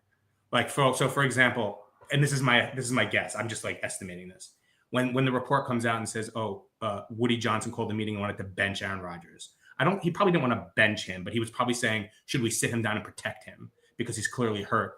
And the problem is that these things happen. They happen to some degree, right? And there's a fundamental problem here. Unless Woody Johnson steps back, he needs to do James Dolan. He needs to step back. He needs to hire someone to run the organization, a VP, a true one, without him getting his happy fingers involved in things. Hire a GM, hire a coach, and just step back. Yep. Right? Because the reality is that he's not going to sell the team. Everyone says, would he sell the team? But here's the thing. People still renew their season tickets. They still buy the merch. It's a business. He's looking at the dollars. And guess what? Even if they didn't go to the games, I don't think people realize how little in the grand scheme of things the revenue from season ticket holders goes to an NFL team. The money's from these TV deals. That's why the NFL is a $20 billion a year business. Yes. And people are saying, oh, Woody, take your $90 million investment, whatever, and cash out your $7 billion. Sure. In reality, to most people, that makes a lot of sense, but he's already a billionaire. Right. And this is a business investment. It's in his family. His son Brick is Rich Samini said it this morning on the show. His son Brick is literally around the team. He's going to be the heir apparent years from now. Yeah. Look, the only thing from a coaching perspective I want next year, I don't want one of these coordinators. Honestly, we need a head coach. We need someone who can come in and establish an operation and coach a football team end to end, the program. He needs to instill a program. It could be Mike Vrabel. Honestly, I know people are like really hate this idea. It could be Rex Ryan. We just need a guy with head coaching experience to come in here and just course correct what's going on in this organization. I agree with you. And we need it, right? Because we can get a Ben Johnson, but truth be told, Jake, like Ben Johnson's not coming here because at the end, yes, we're one of 32, and that is true. This isn't. There's not a million of these jobs out there, but candidates that have options are not going to want to step into this craziness. They're just not. We're going to get Aaron Glenn maybe, which is okay. Maybe. I mean, I guess if we want to go the defensive the coordinator route, but we need a guy with coaching experience. I don't care if we get a recycled coach. We need it. We just do. Well, to me, there's a difference between like a recycled coach and like the last time they hired a guy with previous head coaching experience, Adam Gase. You know what I mean? Like if you hired Brian Flores, I think that'd be a really good hire. Guys also get better their second time around. And Flores overachieved in Miami. He only got fired because they tried to do the ring around and bring in Sean Payton and Tom Brady, and they got caught, got docked the first round pick, and that was already after they fired Flores, who overachieved. He won a lot of games there when he wasn't supposed to. So Brooklyn guy, tough, no nonsense, culture builder. I agree with you. Rex does some of that too. I just think it's been so long, but I would take Rex over Aaron Glenn. Like Aaron Glenn might be awesome. Me too. But he's also a defensive-minded first-time head coach. We've done that. You need someone who has pelts on the wall, who can hold guys accountable, that could push back on any nonsense that would come from Woody if he does try to step in. Mike Vrabel's not taking nonsense from Woody Johnson. He won't allow it. That's it. Exactly it. Because we can't have someone come in here as talented as they might be as a coach that has no experience to step into. This is a very dysfunctional situation. It just is. Let's just call it what it is. It is not a stable situation. We need someone that can come in day one with experience that knows what to do on day one and isn't learning on the job, right? It's what we see time and time again with these coordinators. I agree, but Brian Flores, I do tend to agree, because at minimum, he's a hard ass. He's going to come in here and he's going to whip these guys into shape. They need a coach to come in. And like, I can't listen to Jeff Ulbrich one more time say we're going to take a hard look at it. And no offense to Jeff Ulbrich, this isn't his fault. He was thrust into this situation. He shouldn't be in this situation. I feel bad for Jeff Ulbrich, honestly. But we can't have someone come in here that's trying to figure it out, like the progression of Salah over the years, and like we just need someone that knows what. No, I'm tired of guys coming in and learning on the job. Like Yes. if you're Woody, you have not made the playoffs in 14 years. Aren't you tired of guys coming in and learning how to be a head coach? I don't know. Yeah. Maybe hire someone who's been a successful head coach. There's a couple guys out there who have, and they're available. And the problem is with Woody, and this is Woody's problem, because Woody, the good thing about Woody, because there are some good things about Woody, Woody will spend when it's time for Woody to push the chips in. The dude will get it done. Yep. Like, not every team has an owner like that. Look at the Bengals. Like, Woody will come in and say, right. So Woody has his strengths. Let's not act like he's like just the worst owner in the history of sports, because he's not. But he has his weaknesses, and he gets very uncomfortable. And so when he gets uncomfortable, he fidgets. And he's going to fidget if someone comes in here and doesn't have experience. There's just no way that we can go through this again, because they know they're losing the fan base. We can't have this again. We just can't. No, like, I'm also at a point as a Jet fan here where I've been through this for like 30 years. I know, like, I feel like an old man right now, but like a lot of the younger fans are like, oh, well, you're not a real fan if you don't. Like, listen, I've seen it all. I've seen this story 7 times. Like, there is a fundamental problem in this story. This is like a company. This is like a company with a CEO that is changing their executive team constantly, except the CEO. But the CEO is the same person doing the same thing over and over and over. And it's like, enough already. Like, fix it. Because I'm tired of being a laughingstock. I'm tired of being the brunt of my friends' jokes. I'm tired of taking crap from people at work. I'm tired of watching a game like this last week. I was watching this game the second they kicked that field goal. I'm like, they're gonna lose. Yep. They're gonna lose. We can't have this anymore. The one thing Rex did, and he was like lightning in a bottle. The one thing he did was, and this is what this team needs the most. Forget the X's and O's for a second, because that's obviously a problem. But the biggest problem in this building is the culture. Rex came in on day 1 on his introductory press conference and said, I'm not kissing Bill Belichick's rings. And he was screaming during preseason games. He changed the culture. This team has a stink around it. And we need someone that can, we need a Dan Campbell type coach. Mike Vrabel would be great, man. Right. I think he would. But you know what's crazy, Chad? That's what I think we thought Salah was going to be, and he just wasn't. It's sad. Yeah. Like, what happened to the holdback guy? He needed a holdback guy. This guy was like a maniac. And then he comes in here and he's like he's like a politician. Like, I'm like sitting here going, like, you're doing you look like someone up there, like a press secretary for a president. Like, what are you talking about? Yeah. Like, and he stood, listen, the years of us watching Robert Saleh on the sideline. Like, come on, man. It's true. It's true. Oh. Chad, you got to call back more, man. Great call. Great takes. Thanks, Jake. Talk to you later, man. Appreciate it. Chad Jett checking in. He's right. Rex would bring that. Rex is not my number one. I just worry about, it's been a while since he's coached in the league. But I will say this for Rex. His son is still a coach on the Lions. He's the wide receivers coach there. Rex wants the job. He'd bring passion. This team wouldn't be 3-8 with Rex. And I think he will get an interview. I'm not saying you hire Rex, but I'd listen to Rex. I'd listen to him. I'd be like, what's your plan for your coaching staff? Who's your OC? I've heard Rex sophisticatedly, that's not a word. I'm not very smart. He's had a sophisticated take on modern offenses when I've heard him do his weekly radio spot on DiPietro and Rothenberg, pointing out the flaws in the Jet offense they run this year. His son is working under the brightest offensive mind in the league right now, Ben Johnson.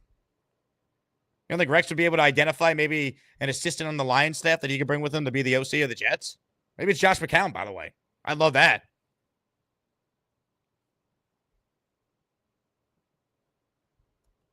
So, now these are the things we're talking about here. I got McCown confused, Vikings, Lions confused. But point is, like, Rex might be able to put together a pretty good staff. He did last time before it fell apart. But part of the reason it fell apart were poor personnel decisions that Rex definitely influenced, right? Rex got his hand in the draft, and that's when went down. You would need to have a real checks and balances where the GM is going to make the right decisions here, and Rex has got to be on board.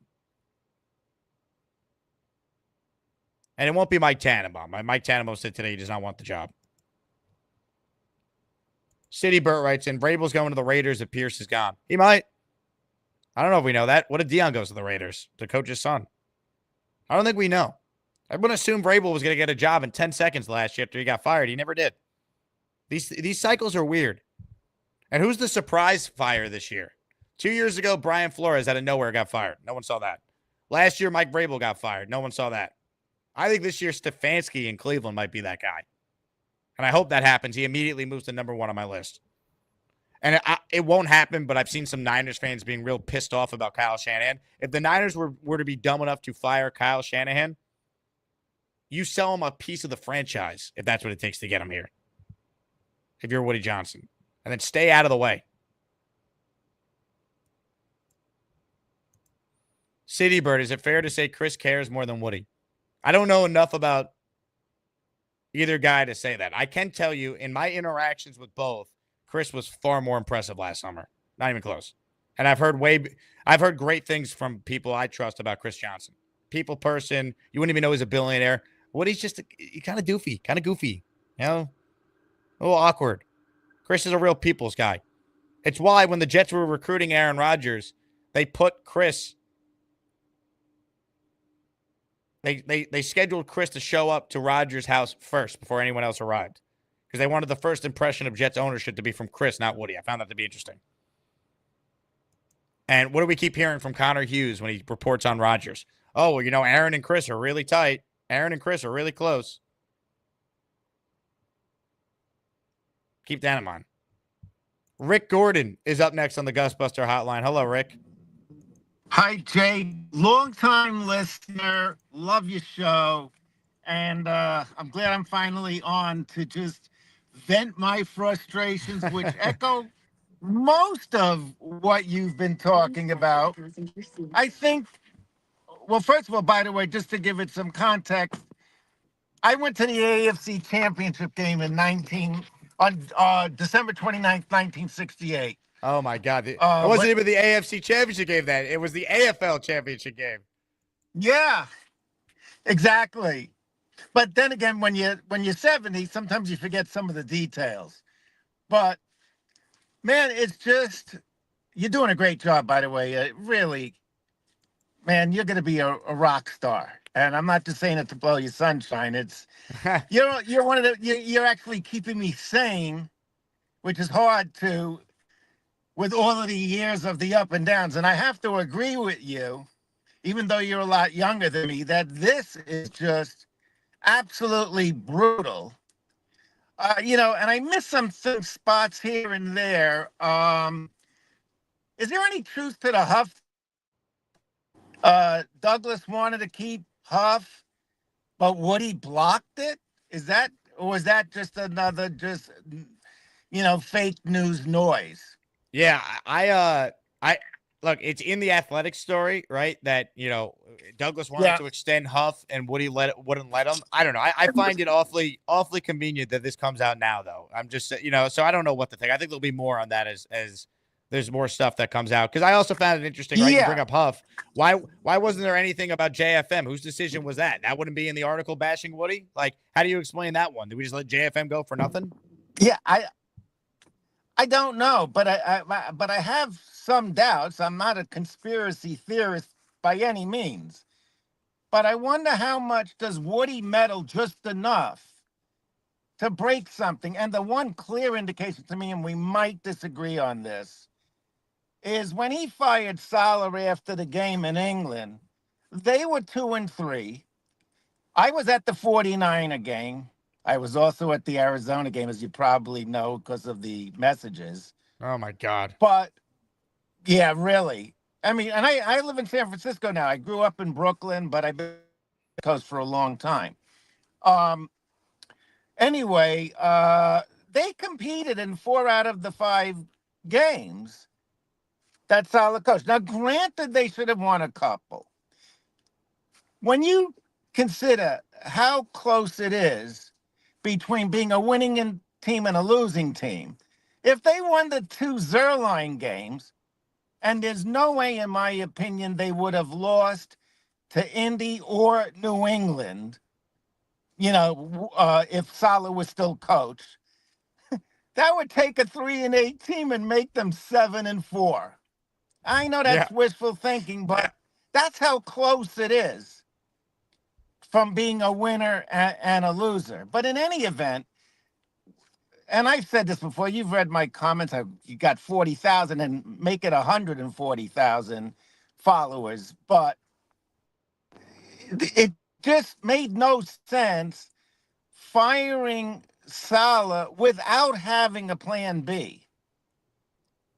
I'm not making an argument that Salah was anything great, but the defense was manageable. It went from great from the past couple of years to okay. Now it's under Ulbrich, it's gone, and I'm not blaming him entirely because, again, there was no plan B. They made him head coach, and it turned out to be all chaos. Now, Rick, it was a huge mistake in hindsight, 100%. Now, my big thing is, I think if they didn't fire him after 5 games, I think he was getting fired at some point here. I think if they lost let's say Salah coached the Bills game, I think if they lost that game, he was gone, and what we're seeing now would have been delayed by a week, unfortunately. I think Woody already had it unless they just rattled off a bunch of wins in a row, which I don't know if that would have happened. I think he was gone no matter what. Maybe, but I would have given it the full context of the season. Yeah. And then at the end of the season, because that's what we've all been saying all along, if it doesn't happen this year, bye-bye. Exactly. But I think they took a 2-3-6. It was a mistake. I question. And then the other thing is, I really don't like Rodgers, not because he's 40 and not, a shell of what he used to be. But my first red flag, because I'm one of those fans like you and many of your followers that watch these post-game conferences on YouTube. And when the comment was made, my first major red flag was when Salah had mentioned something about simplifying the cadence. And then Rodgers got on, and the New York beat writers better than I do. They go to him and say, hey, Salah just said maybe we should simplify the cadence.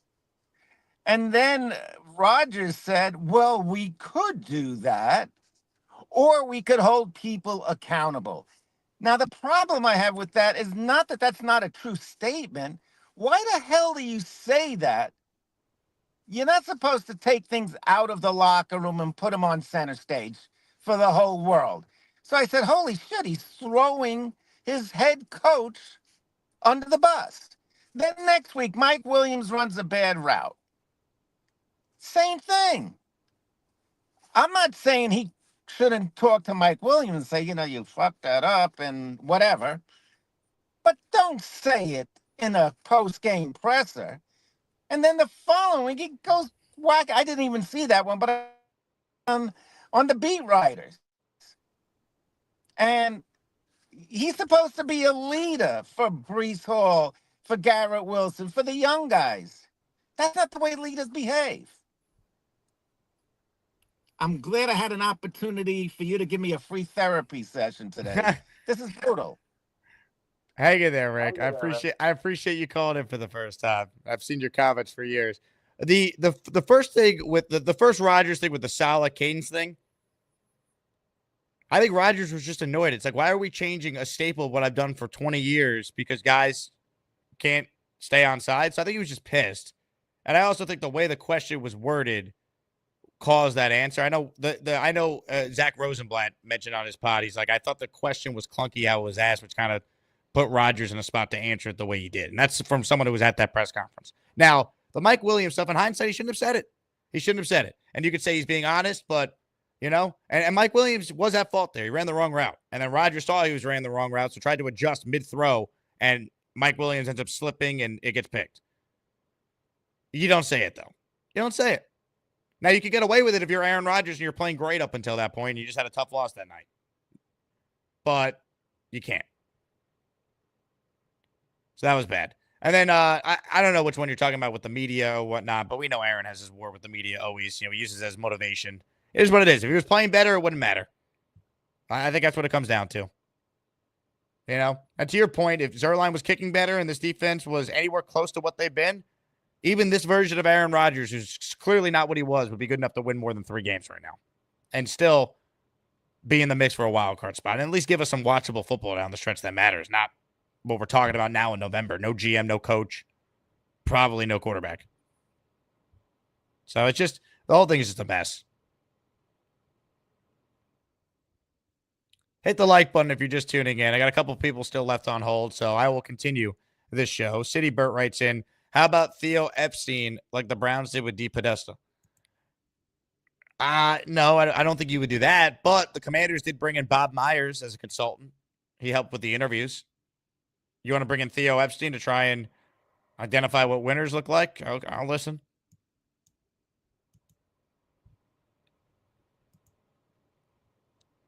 More calls right now. Jersey Jet, you're next. What's up, Jersey Jet? Yeah, Jake, I tuned out after Arizona, so let me turn this on. Turn this down. I tuned out after Arizona, so all this is going on now. I'm kind of tuning out. I just wanted to make the right decision for the future. But for the right now, as long as we're not eliminated, why not try Tyrod? Well, I mean, why not for Garrett, for Devontae? You know, feel what I'm saying? For Brees, for Corley. I mean, I'm sure they meet at the stall in the bathroom and be like, yo, he lost it. Come on, man. He's skittish. And I think we have enough talent where we could be a little bit more productive on offense. Because he let go of the ball too early. If it's not his first read, it's a wrap, man. I love him, but bro, it might be it for him with this offense or just totally. I want to give a shout out to all my vets like I always do. I got my fingers crossed about Travis, bro. I hope he work out because if he don't, this reboot or whatever we want to call it is going to might take a little bit longer than we hope it do. And Rutgers play Merrimack tonight. We about to dig in that ESS. RU rah rah JETS Jets, and salute to all my vets out there. Peace, as maniacs. Jersey Jet, appreciate you, man. How are you? I don't think they're going to go to Tyrod yet. I think maybe you see him at the end of the year if they're mathematically out of it officially. I think Devontae still wants Aaron out there. That's why he was here. And Garrett Wilson's leading the NFL in a lot of categories. I think he's okay with Rodgers being his quarterback. I just don't think they're going to make that change yet. I also don't know if it makes it that much better. Rodgers was horrific in that first half on Sunday. They ended up scoring more points in that game Sunday than any other game so far this year, if you believe it. It's not saying much. It was 27, but I get it. I just don't think you're going to make that. You want to create more crazy headlines, you bench Aaron Rodgers now. I just don't think they're going to do that yet. I'll say this, because I think Rodgers is still hurt. I am curious how he looks against a bad Seahawks defense out of the bye. Now, I'm not expecting much. It's the Jets with more time to prepare. I expect him to lose. But I am curious if he does look a little healthier. Is he moving around? Is he going to maybe hold on to the ball a little longer to go through his progressions rather than just get it out so quick? He's a one-read quarterback at this point because he can't throw. Can't put any oomph into it, as Boomer Esiason was talking about today. That's what I want to see. And if he still looks like that, then maybe you could convince me to go to Tyrod. Why not? But I do want to see what he looks like post-bye. I don't know. That's how I look at it. Ladies and gentlemen, here we go. B-Mac, look at my TV. B-Mac, I love Aaron Rodgers. Jets, go Jets.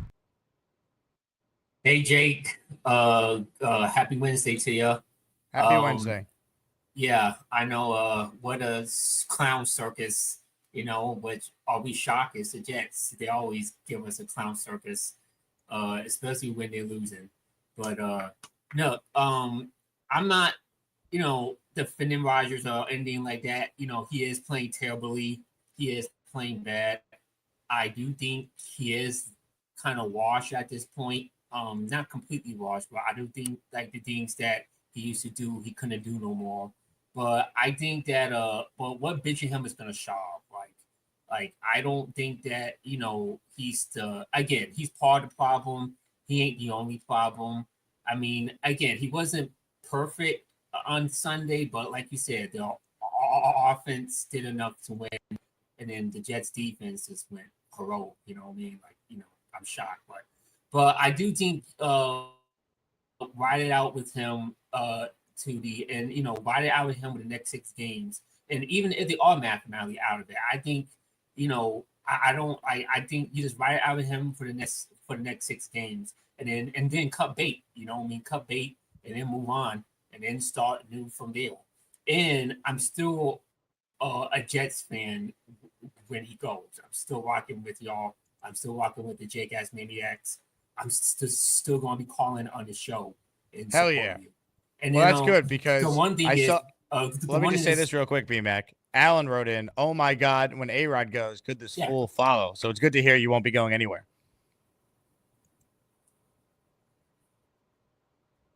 Yeah, I'm not going nowhere, Alan. All right, you're still going to see this face every single day. Yeah, Alan. The same take thing that. You're with bum. you, JJ. You're bum. Dave Brigger, Peter Casserole, you know what I mean? All y'all haters, you know what I mean? I'm still going to be here. So, let's go. Oh, yeah, by the way, I'm watching Cobra Kai right now. And if you want to, wipe this, Jets pain away, get pumped up, watch Cobra Kai. Strike first, strike hard, no mercy. Yeah. I love it. Shout out to Ralph Macchio, baby. Long Island. All right. Is that it, B-Mac? You're good? All right. Thank you. B-Mac. Hey, you hater guy. Alan sucks and JJ can kiss my ass before I wipe. There we go. Yeah, take that, Alan. You bum. You fraud. B-Mac's not going anywhere. We have too many people typing in all caps in the chat. That's reserved for just Bobby. This guy Bomber here. I'm going to need you to use lowercase. I ain't reading this. All right, leave it to Bobby. Hi, big fella, my friend. That's what I'm reading. I'm not reading your all caps. Unless you super chat it. Then I don't care what you write. I'll read it because I'm a capitalist. All right, Matthias is up next. What's up, Matthias? Jake, I don't know how you do it with some of these calls, like when it comes to this season. And like if I have to hear one more time, I've been a Jet fan since 1970. We get it. We're all Jets fans. We're all suffering. We're all losing our goddamn minds. It doesn't matter, no matter what generation. All right, so let's put that to bed. Number 2, I wanted to see your thoughts because I know you were talking about Kevin Stefanski. If he is fired by the Cleveland Browns this season, we need to go after Kevin Stefanski. Give him whatever. I'll take him, please. I think Kevin Stefanski, he could be a great head coach for this team. Also, Spagnuolo, like I've been saying, give him an interview. I don't care if Ben Johnson is not interested in us. Give him an interview. Just talk to him, please. Do whatever you can. And if I have to hear one more of a person saying Rex Ryan, I am literally going to act like Neil and jump out of my window and just like catapult into the moon. I can't take it, Jake. I don't want Rex. He's the dead last option that I would want as a candidate for this team. I don't know if he's dead last. I mean, for me, but Jake, let's get real. We've experienced Rex Ryan. We know Rex Ryan. Yeah, it was a pretty good experience the first couple of years. It was, but look at 2012 when later on after 2010, after when we made the playoffs. I get it, but look at the roster he had. They dismantled a lot of that team. That team was a veteran-heavy team that got old. I think Rex is a pretty good coach. My questions with him is it's been a while, right? Who's on his staff? His son's still in the league, which gives me hope that maybe he'd be able to identify, an offensive-minded guy. His son's the receivers coach in the Lions. It's a pretty good offense to start. All right. Well, the point being, I think he should be, when it comes to candidates, let's just let him be as the last. Like, if anything, if the other candidates are not interested, like a Ben Johnson, Stefanski, if he even is fired, Vrabel, or when it comes to, I'll even, like I said, Spagnuolo, please just give him an interview. Flores, a lot of, even some people that have been saying Flores is bad, like Yo Holmes and also Three Siblings. What makes Flores bad? His record when it comes to the Dolphins and what he's done with that team as a no-nonsense coach has brought winning seasons to the Dolphins. I don't care, like, in terms of how he deals with a quarterback and everything. He's a no-nonsense guy that could be good for this football team. Anyways, Jake, it's been a crazy ride, and let's enjoy it together, man. Look, it has been a crazy ride. I don't know when the ride ends. It just, it's crazy. It really is. Life as a Jet fan, folks. The roller coaster just never stops. Even by Jet standards, though, this is an all-timer. What's happened this year? You could have been the most cynical fan on the planet. Even the Nick Wrights and Colin Cowherds of the world didn't see this. It's unreal. Unreal. Why is it like, I don't know. Unbelievable. Hit the like button if you're still watching. God bless you. Rob V writes, Jake, why can't I get a membership on every other channel on earth but yours? I got an issue with, and been months since I had one here. I can't get one for anything anymore. I don't know, Rob. Do you have membership receipts turned on? Are you subscribed to the channel? Do you like the video? You have a shot. I'm going to gift one right now. All right. I'm going to gift one right now. And you know what? Maybe you'll get one. All right. Before I gift one, hit the like button if you want one and you don't have one, people. I'll give everyone 5 seconds. Like the video. Ready? 1, 2, 3, 4, 5, and action. All right. I just bought a membership for someone. Let's see what we got here. Little membership tag, if you will. One membership has been gifted. It went to listener Adam Page. Adam, congrats. Rob, you're still a loser. I'm just kidding. You still don't have a membership. Ladies and gentlemen, hit the like button. You might get a membership. It's Jets, Jets. I love Fireman Ed, too. Big fella, super chat, cuts the line. My son and I researched Brian Flores. He has moved up my coaching board. Guy has done well everywhere. Go Balls, F Iowa. Brian Flores is a good coach. You know what I like about Brian Flores? After he got fired by the Dolphins, you know who hired him? Mike Tomlin, who's the best coach in the NFL, in my opinion. Certainly in the conversation. So, guess what? He learns from Belichick and then learns from Tomlin. Not shabby. Not too shabby. Then he gets to go to Minnesota where he's around a great offense. You hire Brian Flores, maybe he takes Josh McCown with him as the offensive coordinator. That would excite me.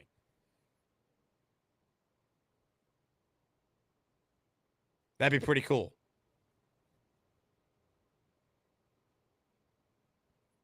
He's probably learned how to develop a young quarterback because he's watching what Kevin O'Connell's doing with J.J. McCarthy, what they've done with Sam Darnold this year. If I can't get Vrabel, I think Brian Flores has moved to number 2 on my list. I'm just assuming Ben Johnson's not taking the job.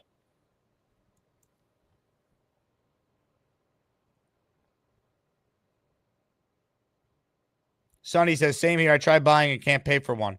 You can't gift from the iPhone or become a member from the iPhone. You got to do it from the laptop, I believe.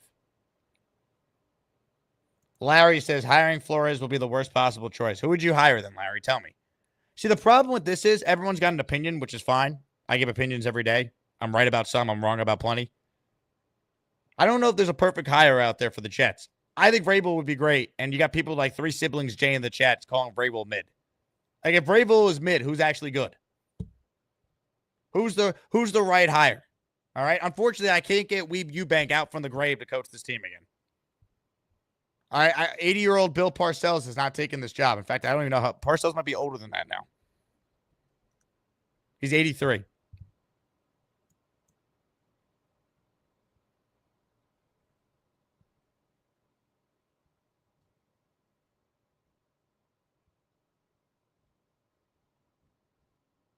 Like I don't know.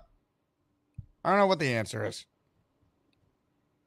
Because the Jets have hired the quote-unquote top candidates before and they suck. So maybe they should hire someone that's not Adam Gase, who's Considered not the sexy name, and it might work. But what do I don't know? I don't know anything. I'm a Jet fan. Connor Long likes Monken. Monken is great because he's an offensive guy, and while he's never been a head coach before in the NFL, he's an older guy. He's 58. What he's done with Lamar this year has been incredible. What he did at Georgia was great. Now, he has been a head coach a long time ago, though, but he was the head coach of Southern Miss, 2013 through 2015. Let's see what his record was at Southern Miss. Wow. Okay, he took over an 0-12 football team at Southern Miss.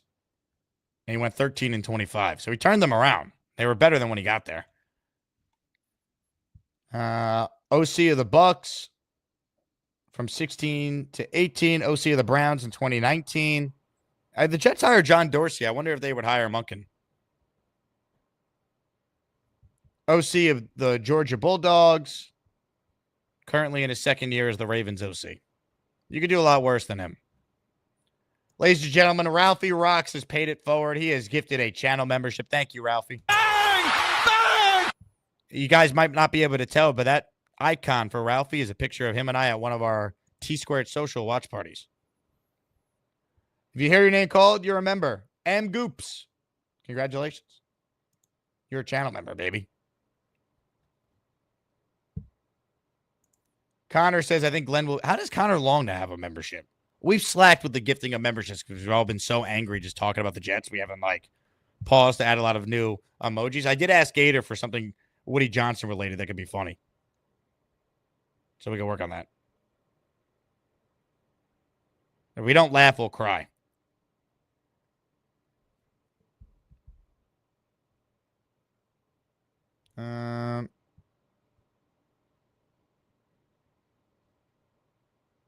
Let's see.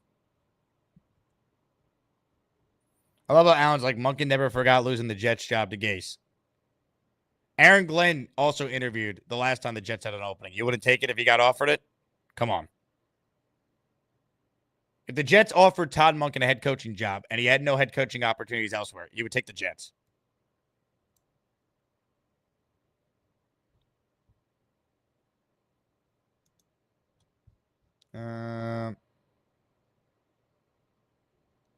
Monken's 58. He might not get another chance. I mean, if he gets offered a job, he's taking it.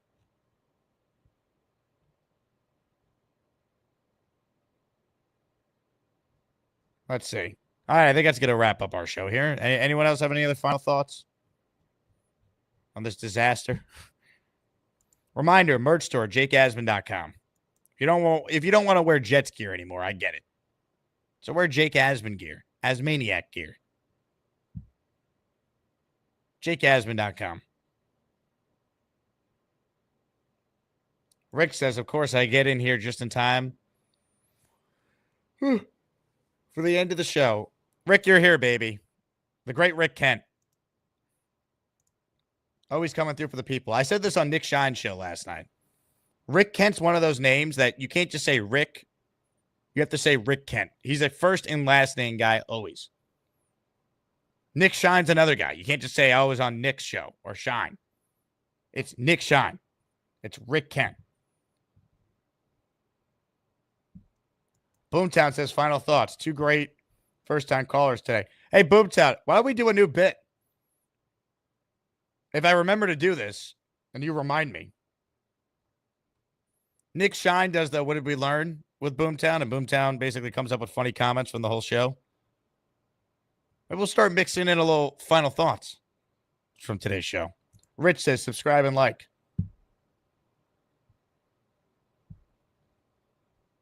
Alan wants to know, why wasn't Bonesy sent to the realm earlier? Because he's emotional and he's a friend and he's going through it. And I love Mr. Bonesy. I just think his love of Joe Douglas is absurd.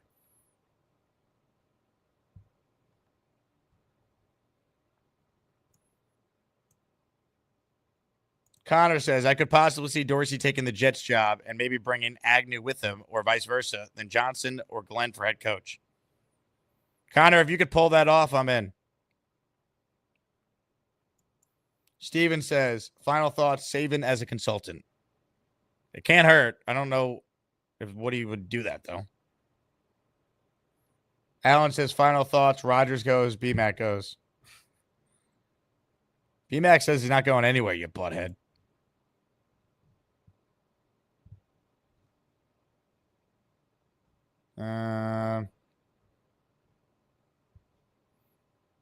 David says Super Bowl or bust, and it busted. It was a colossal bust. Yeah, I mean, I didn't even have Super Bowl expectations for this team. I just wanted to make the playoffs, man. I wanted to win the division, sure, but like end the playoff drought. The bare minimum, I thought this team was going to be at least 9-8, 10-7 to make the playoffs. The fact that they're 3-8 and we don't have a GM or coach, it's remarkable how this franchise, only them can do this. Even for Jet standards, this is absurd.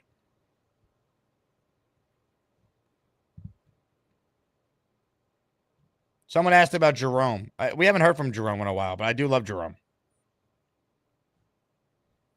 I love all the Packer fans who started watching the show. I just wish we weren't the Jets and you guys got to watch what Brady did in Tampa for your boy Aaron. You know? When we reflect back on this time, we're going to go back to the fact it ended 4 plays because he was never the same after that. You can't tell me like Aaron Rodgers would be this immobile if he didn't go down with the freak Achilles accident.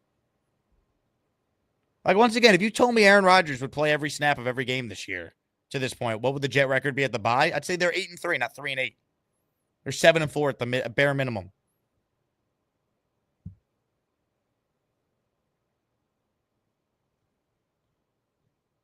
Tough. Only the Jets.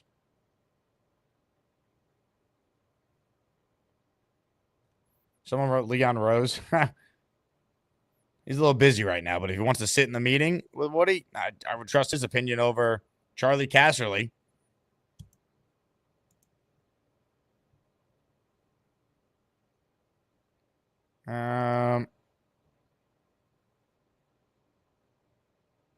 Anyway, that's enough YouTube for today. We'll be back tomorrow. I got a special guest joining us at 10 a.m. tomorrow. A day earlier than normal. Fireman Ed joining us tomorrow at 10 a.m. We had to get him on early. We got to get his thoughts on all this. Fireman Ed at 10 a.m. We'll have Nick Faria Friday morning now. So we got a lot of great stuff. Thank you all for your support. Before you leave, hit the like button and subscribe to the channel. That's important. All right. Many of you are about to check out on the Jet season. I do this every day. All right. Every day. Twice a day. This show's 2 hours. The show earlier was 2.5 hours. That is, 5.5 hours of talking about a crummy football team? You find me someone else that has that ability. I know I'm insane. At least they make some money from it. Jeez. Anyway, have a good day, everyone. I'll talk to you guys soon. Hang in there. I mean, I wish I could tell you it gets better, but it probably doesn't. I don't know. It hasn't gotten better yet. Anyway, farewell all. Go Jets. Charles Gorman is up next. Hello, Charles. Hey, Jake, how's it going? What's up, Charles? A little rude to be eating on the air, Charles. Charles. What are you eating, Charles? What are we munching on today? Can you hear me? Are you deaf? Charles, you're on the air. Bro, you're on the air. We are doing a national show. Millions are tuned in, Charles. Hello? Hey, Charles, wake up. Charles. Dude. I'm just going to let you chill, all right? Your show now, Charles. Go ahead. Yep. No. I'm Charles Gorman, everybody. No. I'm just eating. I'm just chewing. Yep.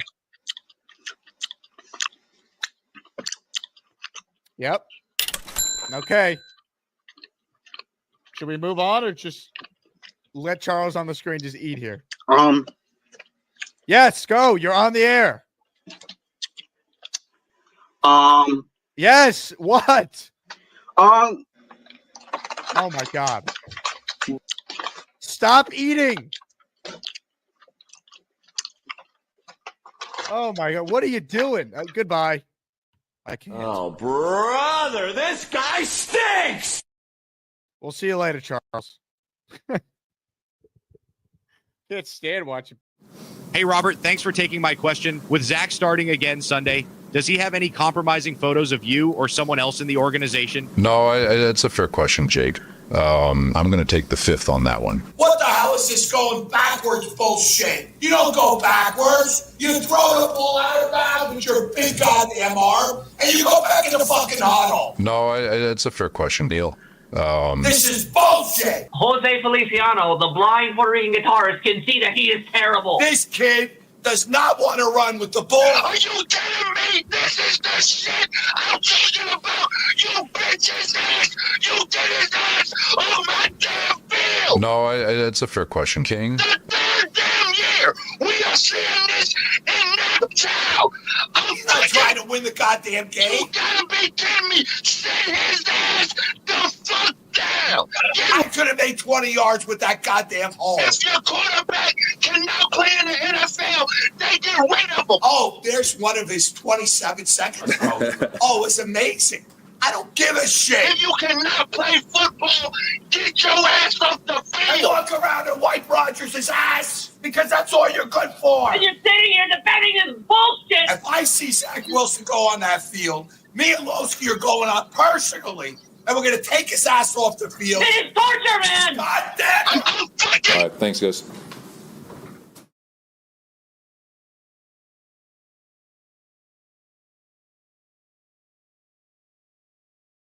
Ladies and gentlemen, it's time for Bass, and Jake. Get it started, Gator. Bass, and Jake. Bass, and Jake. Bass, and Jake. Bass, and Jake.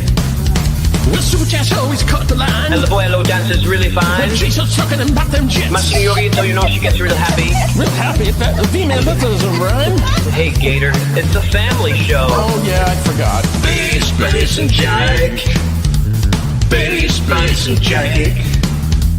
Bass, and Jake. Bass, and Jake.